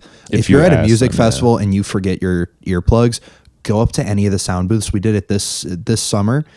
The guys will give you free plugs. Yeah, they're like happy. They're- Also, another tip too that I remember when I went to Columbia, they told us, and I'll still do this sometimes, is like if you don't have anything and there's no sound guys or whatever, like you can just go into the bathroom and like roll up some tissue paper, shove those in your ear, and like that will take the edge off. That will help. It will. I mean, Yeah. you're buying a little bit of headroom, Yeah. you know? It's just enough because like the thing is, if you look at the table, if you bring it down, like, okay, let's say 100 dB, you can be there for 15 minutes without damage. If you bring it down to like 96, it's like, all right, I don't know what the actual number is, but like 45 Yeah, minutes you or definitely something. bought And yourself then- quite a bit more time. Yeah, so it's, you got to look at the NIOSH. That's apparently like the best The Scoville measurements. version Yeah, of- like Yeah, it's like hurting they're your the ears. dudes that know.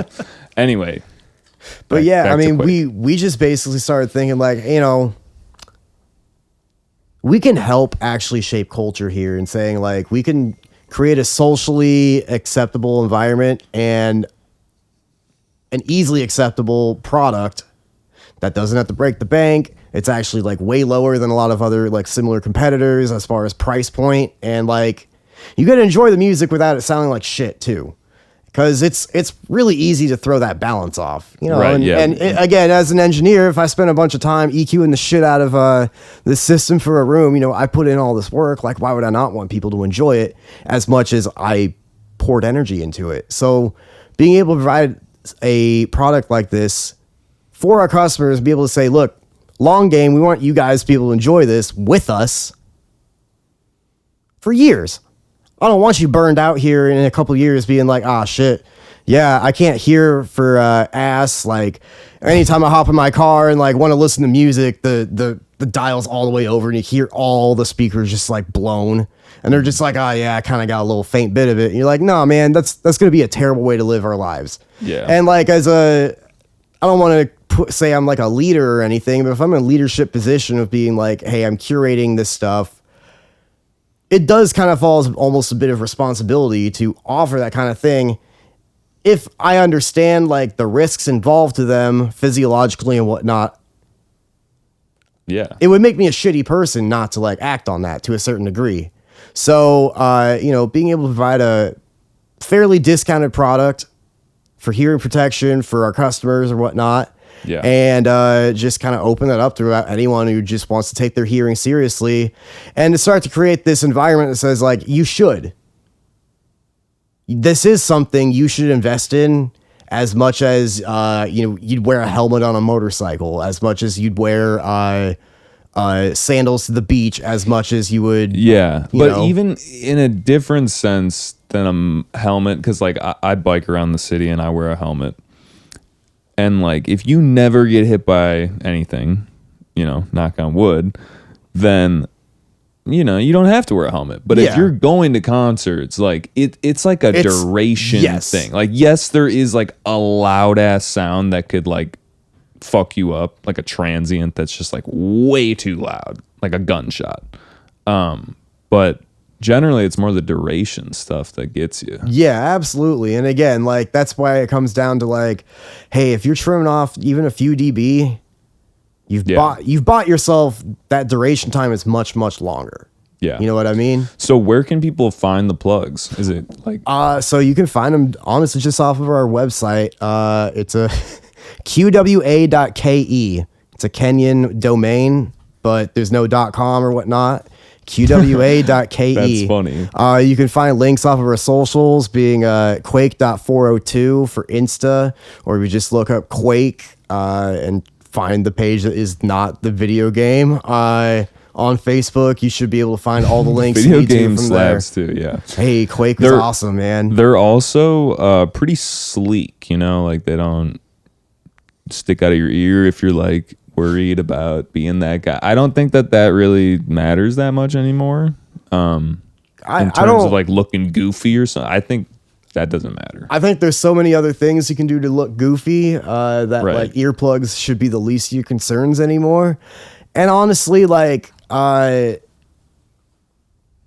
we went to good measures and went to a decent amount of time invested to keep sending back the samples that like our manufacturer is giving us to make sure we got the type of material right. We used like a different kind of room temp vulcanizing silicone and all this other different stuff that gave it a softer feel. We paid a little bit more money up front to have like our own custom molds made. So they are a different size and like you can get just straight up from anyone. Yeah. It's like the nicest happy medium that fits about anybody's ear without really having to size it. Ranging from some people I know that got tiny ass ear canals, and then some people got fucking caverns.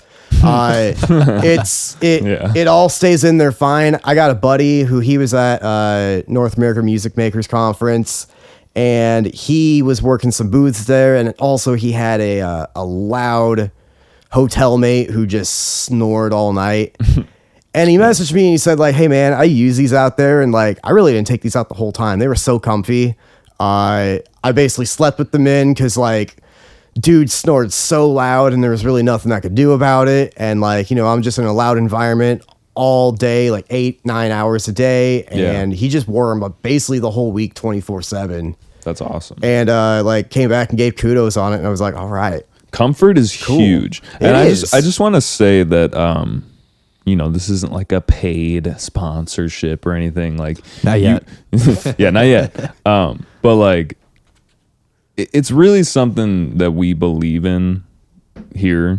So like, definitely, we've said it like every episode at this point. Protect your ears and back your shit up. Back your shit up. Yeah. But like, yeah, man, just like it's important, and I think these are good ones. So check them out. I've liked them so far, and I mean, you know, like I've owned anywhere from like, you know, foamies to, you know, the couple $100 audiologist custom Customs, molds. yeah. And you know, you protect those with your life, but Yeah.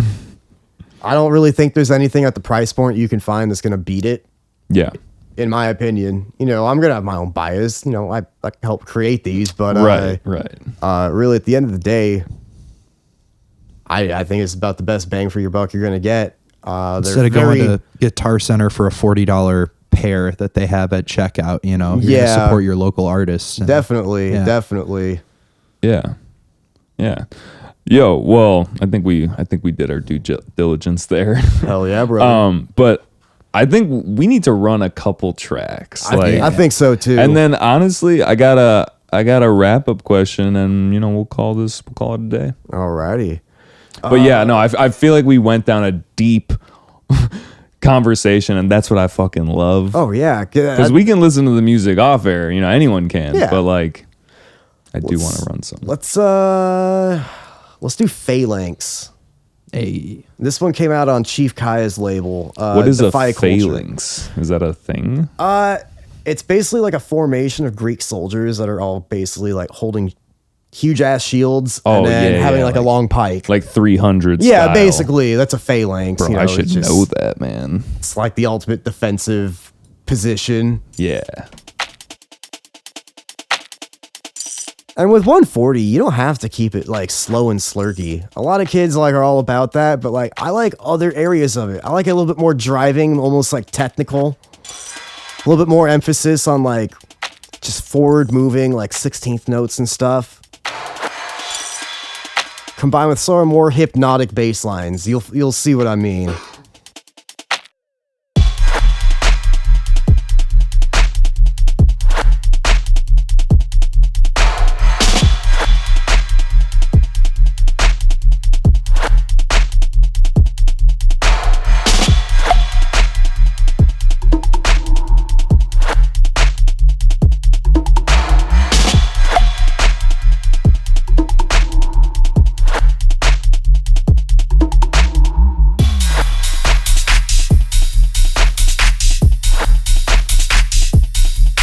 I knew there was a Chicago side of you here with the 909 hi-hat.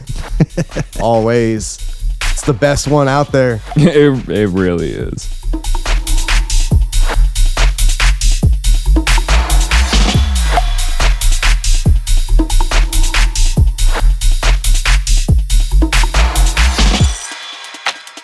That sound that's like that one. Yeah, it's just a sample mangling and just like sending it through a lot of reverb. And then like really if you want to unlock like sound design, the final step is figuring out granular stuff, because once you can do that, the world's yours.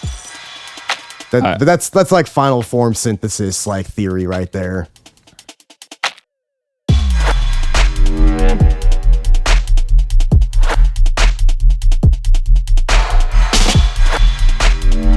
Does this bring up any like imagery in your head? I mean, there's a bunch of different philosophies that I kind of like to approach with. Yeah, I like darker sound palettes. I like playing with a lot more space and stuff like that. And again, I even made this in a time that like I might look back and say like, yeah, you really were afraid of like mid-range, weren't you? But I like to try and create stuff that can like generate spiritual experiences for people, which is why I like hypnotic moving sub bass lines that might not really even like necessarily be fitting exactly what the fuck else is going on in context, but giving almost this like polyrhythmic feel that kind of like can kind of pull you into like a trance a little bit. The trance, yeah, keep it going type of deal. That like not the drop. Yeah.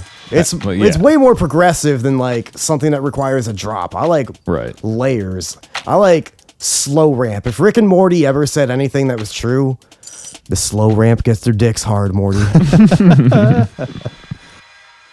Word. Well, you said something interesting, and we should also run another track in 1 sec, but I was just going to say that, you know, getting people into like this hypnotic state is something that you are actively trying to do. And you were saying like a spiritual kind of thing, like I don't know, maybe we could run one and talk over it. Do we have any of those? Because like I'm gonna do the side chain and then I got another one with Waylo on there called I think teriyaki sauce. It was a remix I did for him. Hang on, I do not see that on here. Is Faded still on there? Faded is on. Yeah, let's run that one. Word. All right.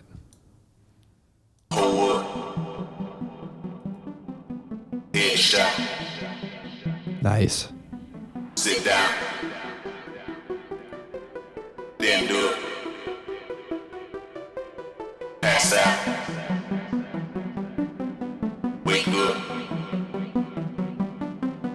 Fade it. Fade it. Forward. Headshot. Sit down. Then do it. Pass out. Wake up.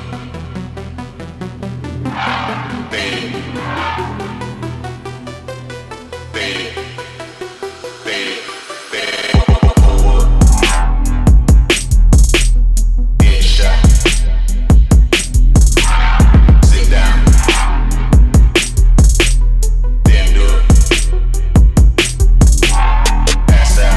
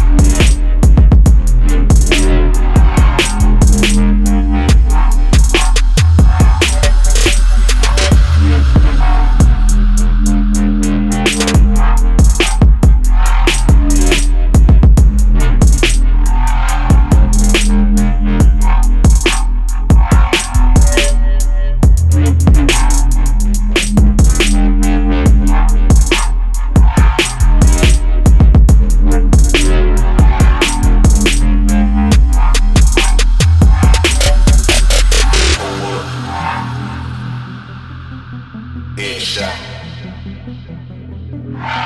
Sit down. Then do it.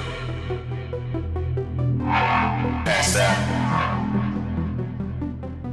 Wake up. Baby. Let's talk psychedelics really quick and just spirituality Oh, because man. we don't I don't even know what to ask, but I just know that I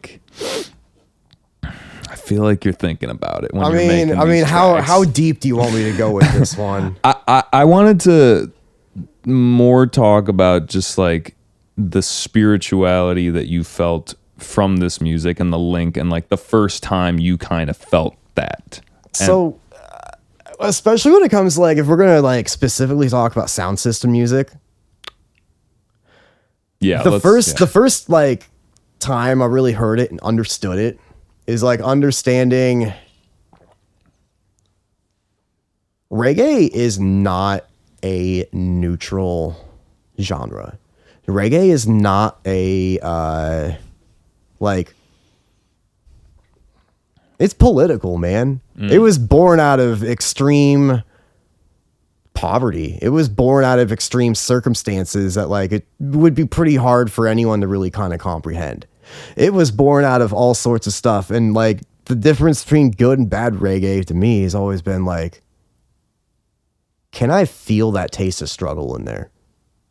How raw of that emotion am I feeling? And, at the end of the day, music is one of those interesting languages that has kind of always been a little bit universal.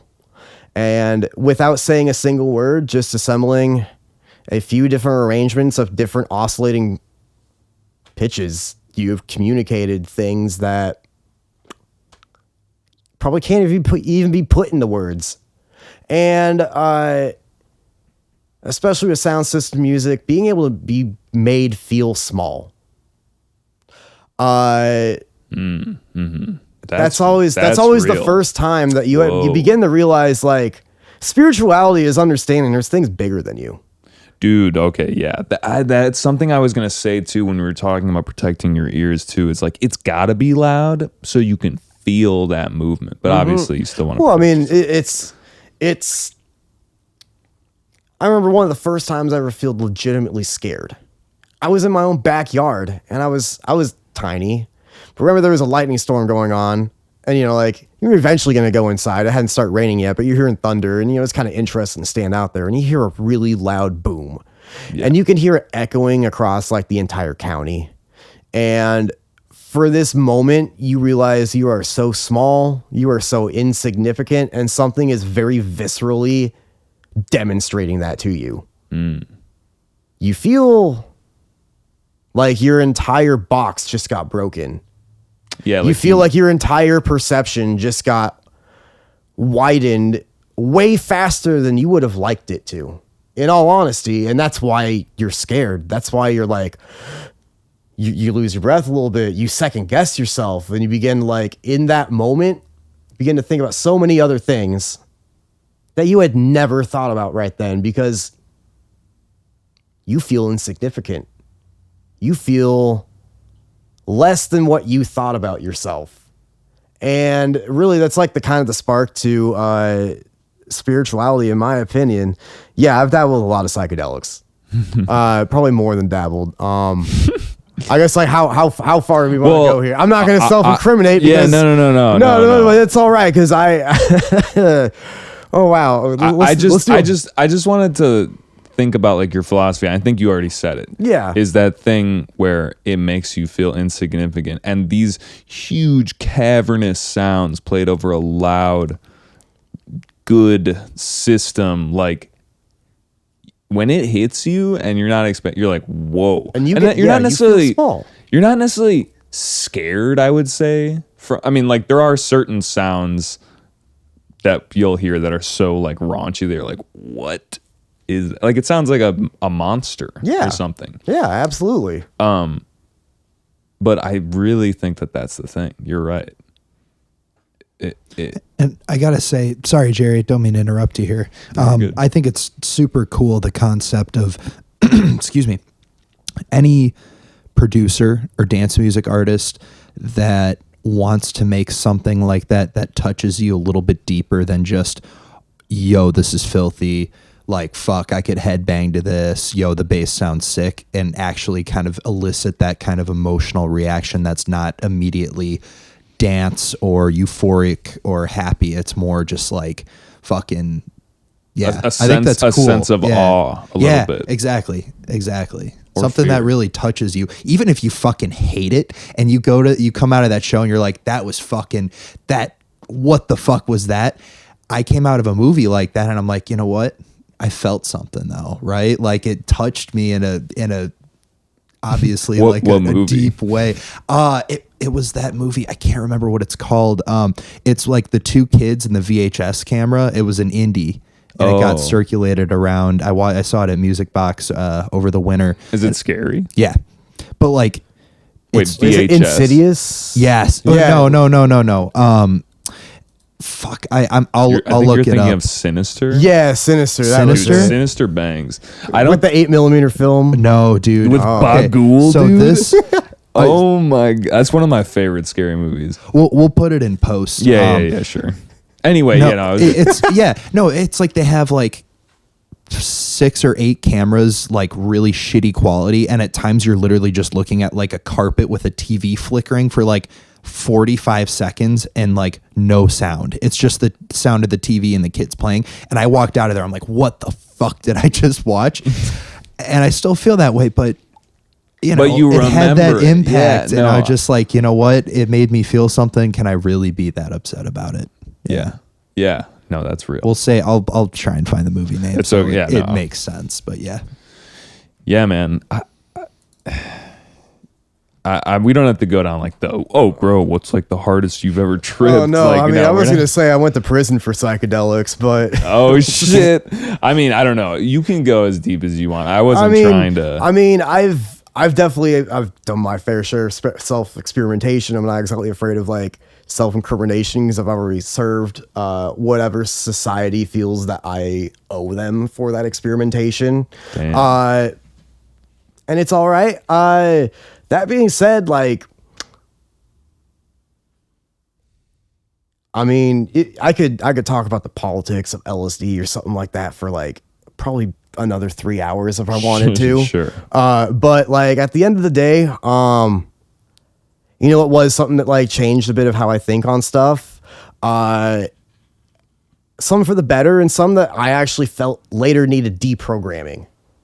And I'll be honest, like the reason hippies don't like me, even though like I do hippie based shit or whatever, I end up never exactly buying into their like kind of store-bought versions of spirituality. Like, dude, I don't give a fuck about your geometry, your triangles, anything else, because most of this was all based on like weird snake oil. Like the guy who wrote the whole book for Sacred Geometry was just like a boring white dude who like changed his name to like something ridiculous. I'd have to look it up.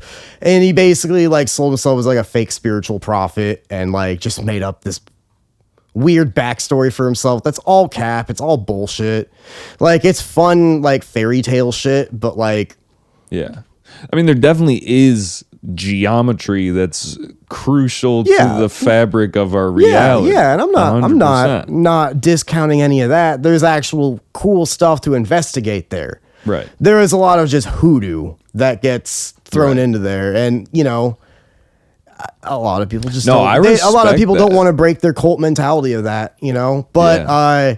there's a lot of various things that I like deprogrammed from that seemed spiritual, but then at the end of the day, like it wasn't. It was just like aesthetics. I felt that way too. I like was going to a bunch of, you know, like Wook fests Yeah. and just like really into the good vibes of it. But then with that, you kind of like are accepting things and then you're like, I don't really know, but like we'll just go with it for now. And then later you're kind of like, You're like, yeah, maybe I believed in some dumbass shit. yeah, 100%. And that's fine. Yeah. You can do Now, that being said, like when I approach sets or whatnot, like if you're not having fun with it, why are you doing it? So, in my opinion, like having fun with it to me might be like, I love fucking with people's concept of expectations. If you can play with the concept of expectations, you can fuck with people's worlds. So what my favorite thing to do, honestly, and it's almost bait kids, like they're going to get some Heyoka Enya style, like spiritual, like flowery love and light, like set, and start them off with it in something actually like pretty hypnotic. And then just take a hard fucking left turn and just start playing like ignorant ass rap songs about like whatever, you know, like total vibe killer, and like use that as like a self checker. Like, am I taking myself too serious right now? Like, there's a concept of like, I think some people called it Heyoka energy. Sometimes it's been referred to as like coyote magic, whatever. It's like the same kind of like mentality that like a jester would take to a king's court of like, you're intentionally poking some holes in some stuff. You're intentionally like laying into some areas that like you might even feel like you can't make fun of the king like that, but you've got that sort of privilege. Right. And like but that's a tight rope. Yeah, if it you is. go too far, It is. we have to kill the yeah, jester. hey, we gotta cut your tongue out in front of everyone, man. Sorry. You fucked up. It's funny you mentioned that, and I made this joke earlier, but like I really watch like the new kind of Skrillex Fred Again Fortet combo, and that reminds me exactly what you were just saying. Like, you just got to have fun with it. Like hearing Fortet mix Smells Like Teen Spirit into country rhythm, like in front of like 100,000 people at Coachella, that just it makes no sense, but they were just like laughing and having fun. And it's like, yeah, as long as you're doing that, like it's, yeah. Sure, yeah. We can also poke fun at them a little bit. They probably had like a 3-way or something. No, I'm just kidding. It does seem like they've spent a lot Hot of time take. together. Tell us how you really feel. I'm just kidding. They're all sick. It's like every day you get onto social media, there's so much footage, man. They just took so much footage. Oh, That's all I'm gonna say. Yeah, man. I think that's cool. You know, like messing with people's expectations and All the way. And I mean, you're like, you can do it on a micro to a macro scale. What I explained was maybe like a macro scale, but like at the end of the day, you know what's always made interesting music? You couldn't predict where it was going to go. Why did jazz blow so many people's minds? They didn't know where the fuck it was going to go. What the fuck is this noodling ass motherfucker about to play? He's been in like, he's been in scales like we haven't been able to comprehend for the last like 10 minutes. You know, there is no script that we're following. We're at his whims. You know, like why does syncopation like just make you want to move? Because you can't quite predict that like extra little step that comes in on the and of something, you know, like it's all about expectations that are just going to mess with you a little bit. And that's on the more micro scale. You know, and there's like a fractal almost like approach to it of knowing like there's more subtler things on this topic you can do. like you can keep going down the ladder. Yes, type you can of keep deal. going down the ladder, you know. And being able to like, again, if you're making especially psychedelic music and you're approaching it with that kind of like mindset of like, we can zip down these themes from the macro to the micro scale. There's going to be that one kid who's just like has all the extra neurons firing for the one time in his life. And he's like, I get it. And you know what? This one's for you, buddy. I've been that kid, so it's all right. Yeah. And you know, like I feel like that's like where like the jam band appeal comes and whatnot, you know, it's, yeah, we might be listening to Noodle and Ned and the Turd Burglars right now, but like, guess what? Like, nobody knows where this song's about to go, including them, and we're just here for the ride. Our expectations have been broken, and we don't know where this is gonna go. It's as much of a surprise for us as it is for them on stage, you know? Yeah. You know what's interesting about this though is that like I think people like if you ask them, they would be like, no, I want to like kind of know what's gonna happen or like. Well, no, okay. This is what I'm trying to say is like on paper, like you don't want to be scared. No. Or like you don't want to be like, oh shit, what just happened? Unless you're like a thrill seeker. But like. That's what I was going to say. I think that's actually the appeal. Yeah. Is you no longer feel safe. You no you don't longer know what's like, gonna yeah, happen. you don't But know I'm what's saying, gonna like, happen. on paper, like, I think most, well, actually, you know what? Now that I'm saying it out loud, I think I'm just like, yeah, I like to have all my ducks in a row, like, whatever. But then when I think about what you're saying, I'm like, yes, I do actually like this unexpected thing, because that's the meaningful stuff. Like what Mace was saying, just, you didn't expect that, you like kind of were judging it, but then later you thought about it, you're like, that was kind of interesting, you know? Yeah.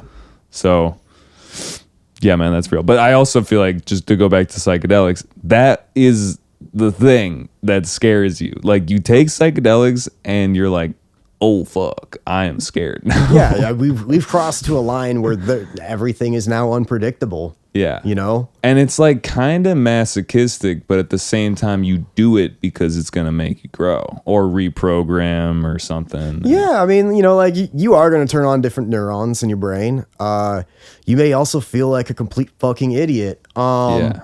That might be part of the growth process, you know, and like at the end of the day, I always used to like have this idea that like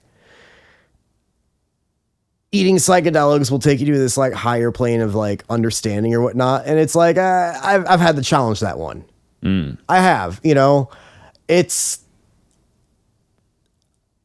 a tightrope to walk. I'm not going to assume just because you ate some psychedelics, all of a sudden you came out a better person. You had an experience, but like what happened in that experience is totally up to you. It's not like oh man, so-and-so used to be a shitty dude. He like owed everybody money, whatever. Then he ate some acid and like it changed his life around. Like, no, I mean, that could happen. He could also eat a sandwich and decide to turn his life around. You know, I don't necessarily think it's like a moral catalyst or anything like that. Like some people might tout it to be. I feel like it will definitely break down your barriers of perception into like being open to thinking about different things.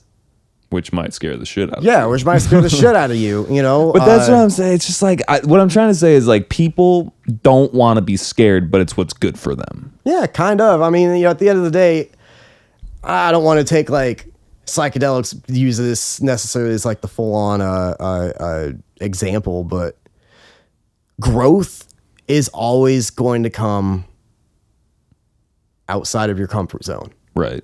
You know? Yeah. After you pass that event horizon of safety is where you get to experience growth. But the thing that's also dangerous about it is you could be traumatized. Yeah. And then you go backwards a little bit. So you're putting yourself in this energy potential place, and it really depends like how you come out of that to grow. Basically, or I even think. like even just more or less how much you're willing to challenge yourself. And I know that sounds like a very like prod thing to say.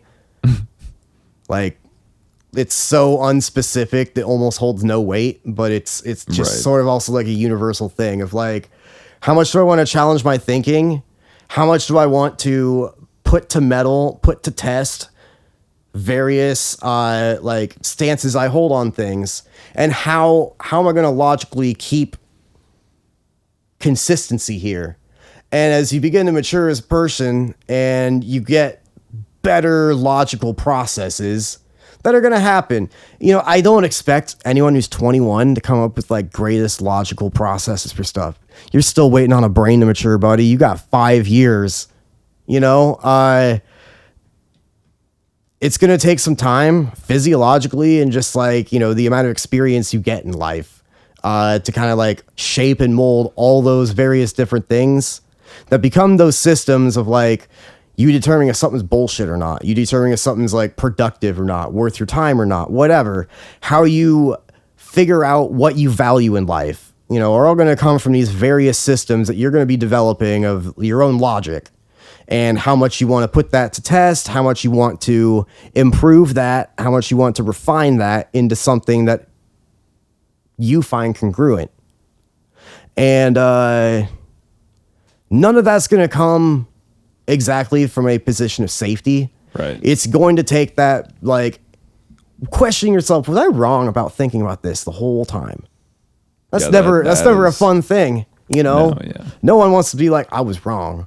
No one wants to think like, oh man, these things that I thought were okay, it turns out they're not really. Or these positions that I held on this topic, XYZ, as I begin to think of them more logically, and that doesn't necessarily have to be in a more balanced way, just a more logical approach to how I'm weighing everything, that's where the growth happens, and that's where you figure out really who you are as a person and stuff like that. You know, like what defines you. And, you know, psychedelics can be a very great door into there. Yeah. I don't feel like it's the only door, and I don't feel like it's the best door. I don't know if there is a best door outside of, you know, just how much you want to challenge yourself. It really is kind of the glass ceiling there. Yeah. Psychedelics, again, they can provide that door.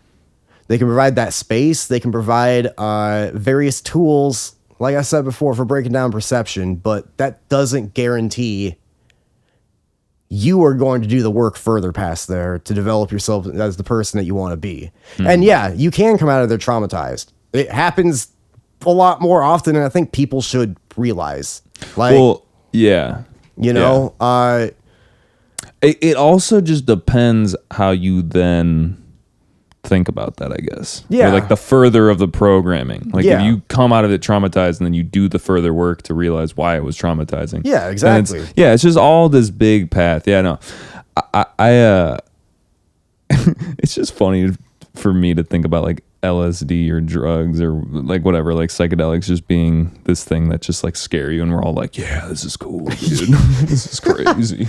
I mean, I had a friend who he went to some like jam band concert with his dad. Shit, this is about to be some baked story. Yeah, no, basically, like, long story short, he offered his dad some acid, and his dad was like, fine, I'll do some with you. And like an hour in, his dad's just like gripping the seat, looking over like, you do this for fun? And he's like, yeah. And pops another 2 tabs, and it's like, I mean, you know, some people just enjoy different shit. Yeah, that's real. It's true. That is real. Yeah. All right, cool, man. Well, we definitely did the psychedelic Yeah, talk. I feel like we wrapped that one pretty good. Yeah, we wrapped it up. Yeah, no, it's just I liked what you first said about the being insignificant thing. That's cool. All right, let's wrap this guy up. In the very start of the show, I asked you, or like basically the start of the show, I asked you what your first concert was. So now talking about that whole psychedelic conversation, what was the most impactful concert that you've been to? You could, or, you know, also I've said, you know, it could be a show that you've played too, because that's a different side of it. Yeah. But I'd also like to hear one that you experienced without control of like the parameters, you know?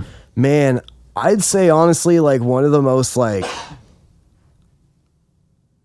eye-opening sets I ever saw was I actually got open one time in Kansas City when I started this project at this place called Niche, and it was a tiny, like it was the music room was literally about as big as a studio. It's Really? tiny, and they had a hand-built studio sound system in there, and it was just like a little like haven for like people who were into weird music in Kansas City. Like they brought like Plastician through, they brought Joe Nice through, and I got to play for Goth Trad.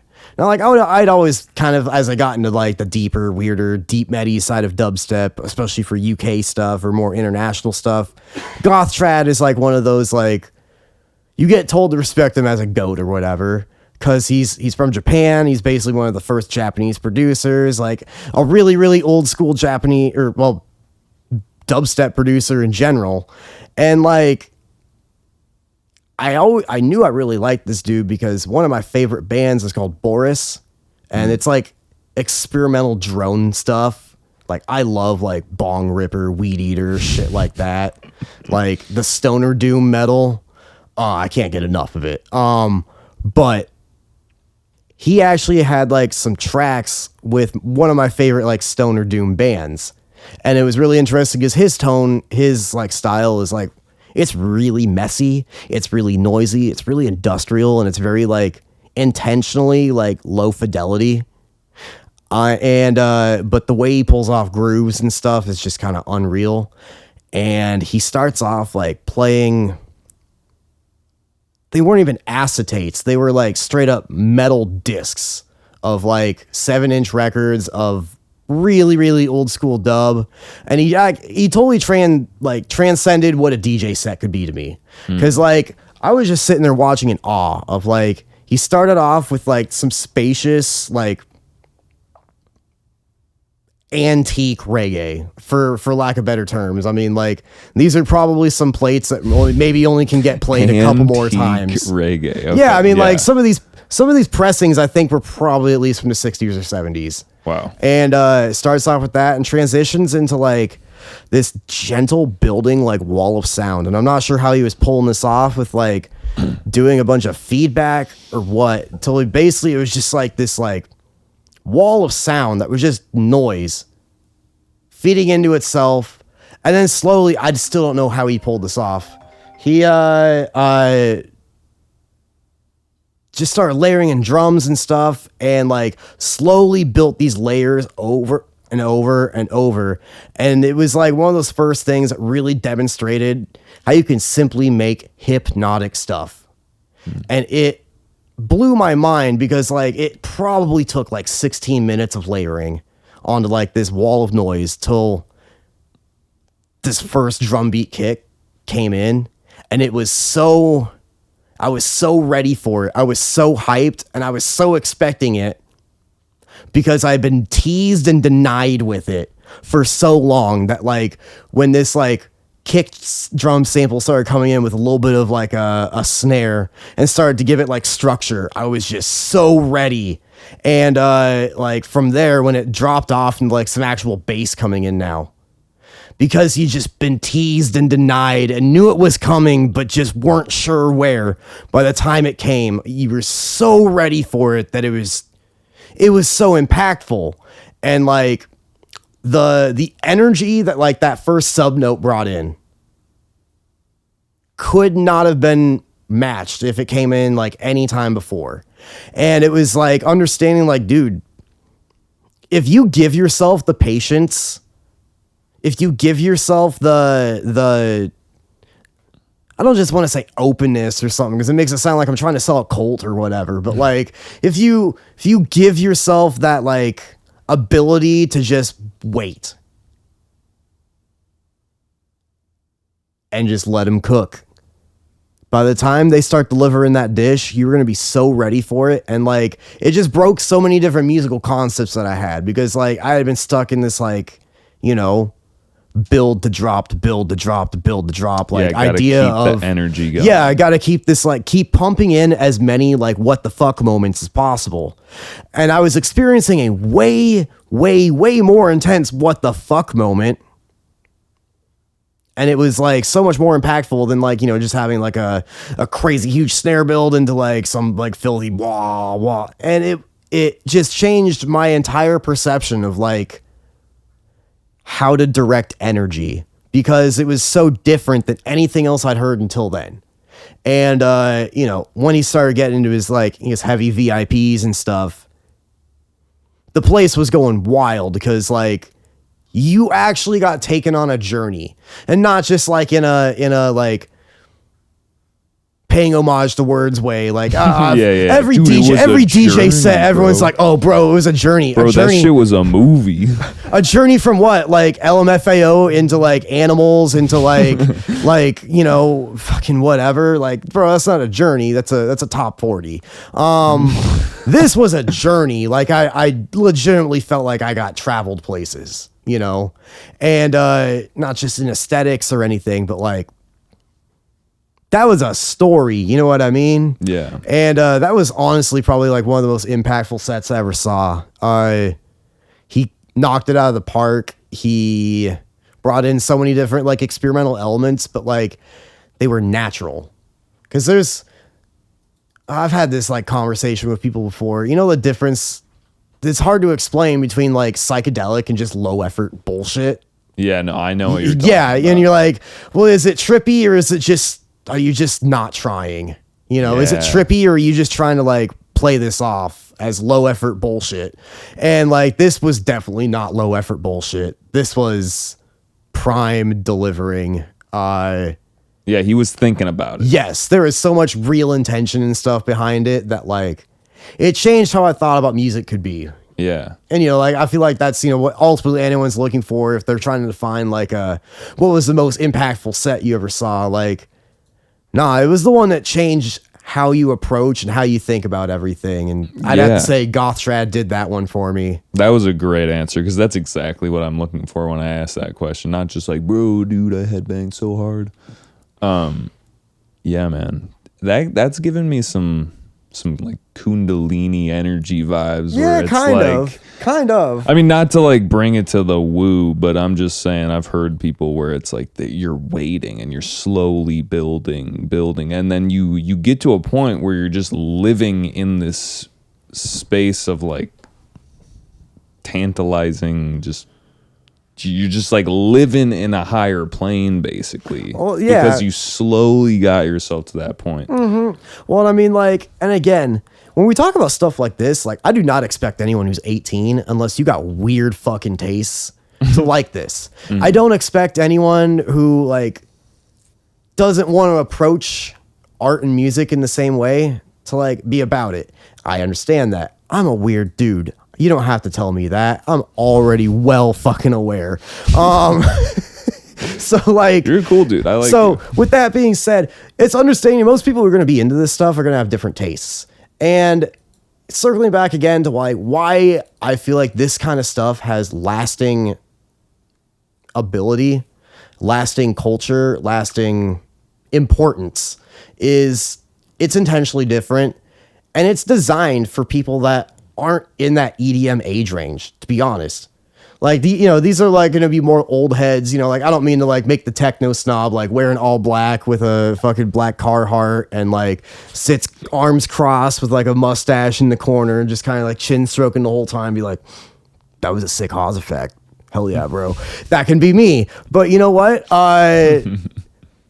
There's a lot of people like exiting mainstream EDM that are just like, look, we've done it. We saw the cool sets at Red Rocks. We saw we saw that. We've done it all. It's time to retire and be old and be boring. And it's like, nah, man, this does not have to happen. You guys have just never been offered another stepping stone to like match where you're at in life, the tastes that you have developed and whatnot, and to take you to like the next level. And that's what sound system culture, especially in the Midwest around here, is really why I kind of believe in it, why I think it is somewhat worthwhile to invest in. Because at the end of the day, like, I don't do this for money. Obviously I do this because I want to have fun. I just like having some sort of creative output or, area to put the energy outlet, outlet, that I've gathered over the years. And it's a fun opportunity. It can provide, a bit of a spiritual haven for people. It can provide a bit of a spiritual experience to the newcomers. It can provide a bit of a real community that I don't feel kids are getting in like just mainstream EDM. No matter how many drugs you ate at the campsite and like had big fama hugs with these people you met from out of state that you're never going to talk to again or whatever. All that is fun, especially if you're like 21, 22, like, bro, go live your life. Yeah, no, it's great. But when you're craving something more, just know there's going to be a crew of really cool people who've been holding it down that you might have thought were assholes because they didn't quite like the same thing you were into and might have even had jaded opinions about it while you liked it. But guess what? They're going to be waiting for you with a cool sound system, a bag full of plates, and like all sorts of cool shit to tell you about, talk to you about, introduce you to. And that's where the future is going to lie is, there's about to be a whole wave of kids coming off of EDM that are like, yeah, we did it, but now what? They don't have to retire off. They don't have to like stop being involved. You just get to move to the next level. Yeah, you got the hares, which are like the young kids. Yeah. And then you got the turtles who have just been chilling. They're just slow and steady. You're more of a turtle. That is true. I'm definitely deep in the turtle club. Yeah. Wait, we're herping around in the turtle club. Dude. I love it. That was a good way to wrap it up. We just brought it right back to the beginning, dude. Just when you wrap a present and like you get that perfect tape line No. all the way around. No, I'm Never, bad at- ever I'm in my bad life at have it. I gotten. Well, we that. just pulled it off. That's where I'm going with it. Hell yeah, man. All right, where can people find you? You can find me on SoundCloud just under Snake Blood. You can find me on Instagram, snakeblood_bass. You can find me around shows in Chicago, especially at like Notion Swamp for events, usually anything Ronin related. You can find me in Omaha at Shakedown Street Tavern at the last Saturday of every month, running the sound system, having fun with the homies. If you want to find me, you can find me. Yeah, Snake Blood. He be That's out it. there. Yeah. Next time you come on the podcast, let's just say sometime in the future, we'll like have snake blood shots and just we'll try it. We'll try it together. Yeah. I'm in. I mean, I'm not like No. promising it, but I mean, if you got a good snake vendor, if I got that guy, yeah. if you got the plug, Bro, this shit comes from Cambodia. Like, no, I have no idea where it would come from, but Where do snakes come from? what do you know? We'll ask a herpologist. Yes, Yeah. yes, you're right. Yeah. We need a herp dude. We need a herp guy. Shit, my headphones are going in and out. That's the meaning. That's like the sign. Yeah, it's time to go. Let's Yeah. wrap this up. All right, guys. Well, it was good hanging out. Yeah. Protect Thank your you. ears. Yes. Quake. Protect your ears. It was. Shout out. Thank you for letting me talk into your ear and letting us all talk into your ears, your ear holes. I'm sorry. All right, we're oral cavities. gonna end this in some way. We're just gonna take off our headphones. Bye.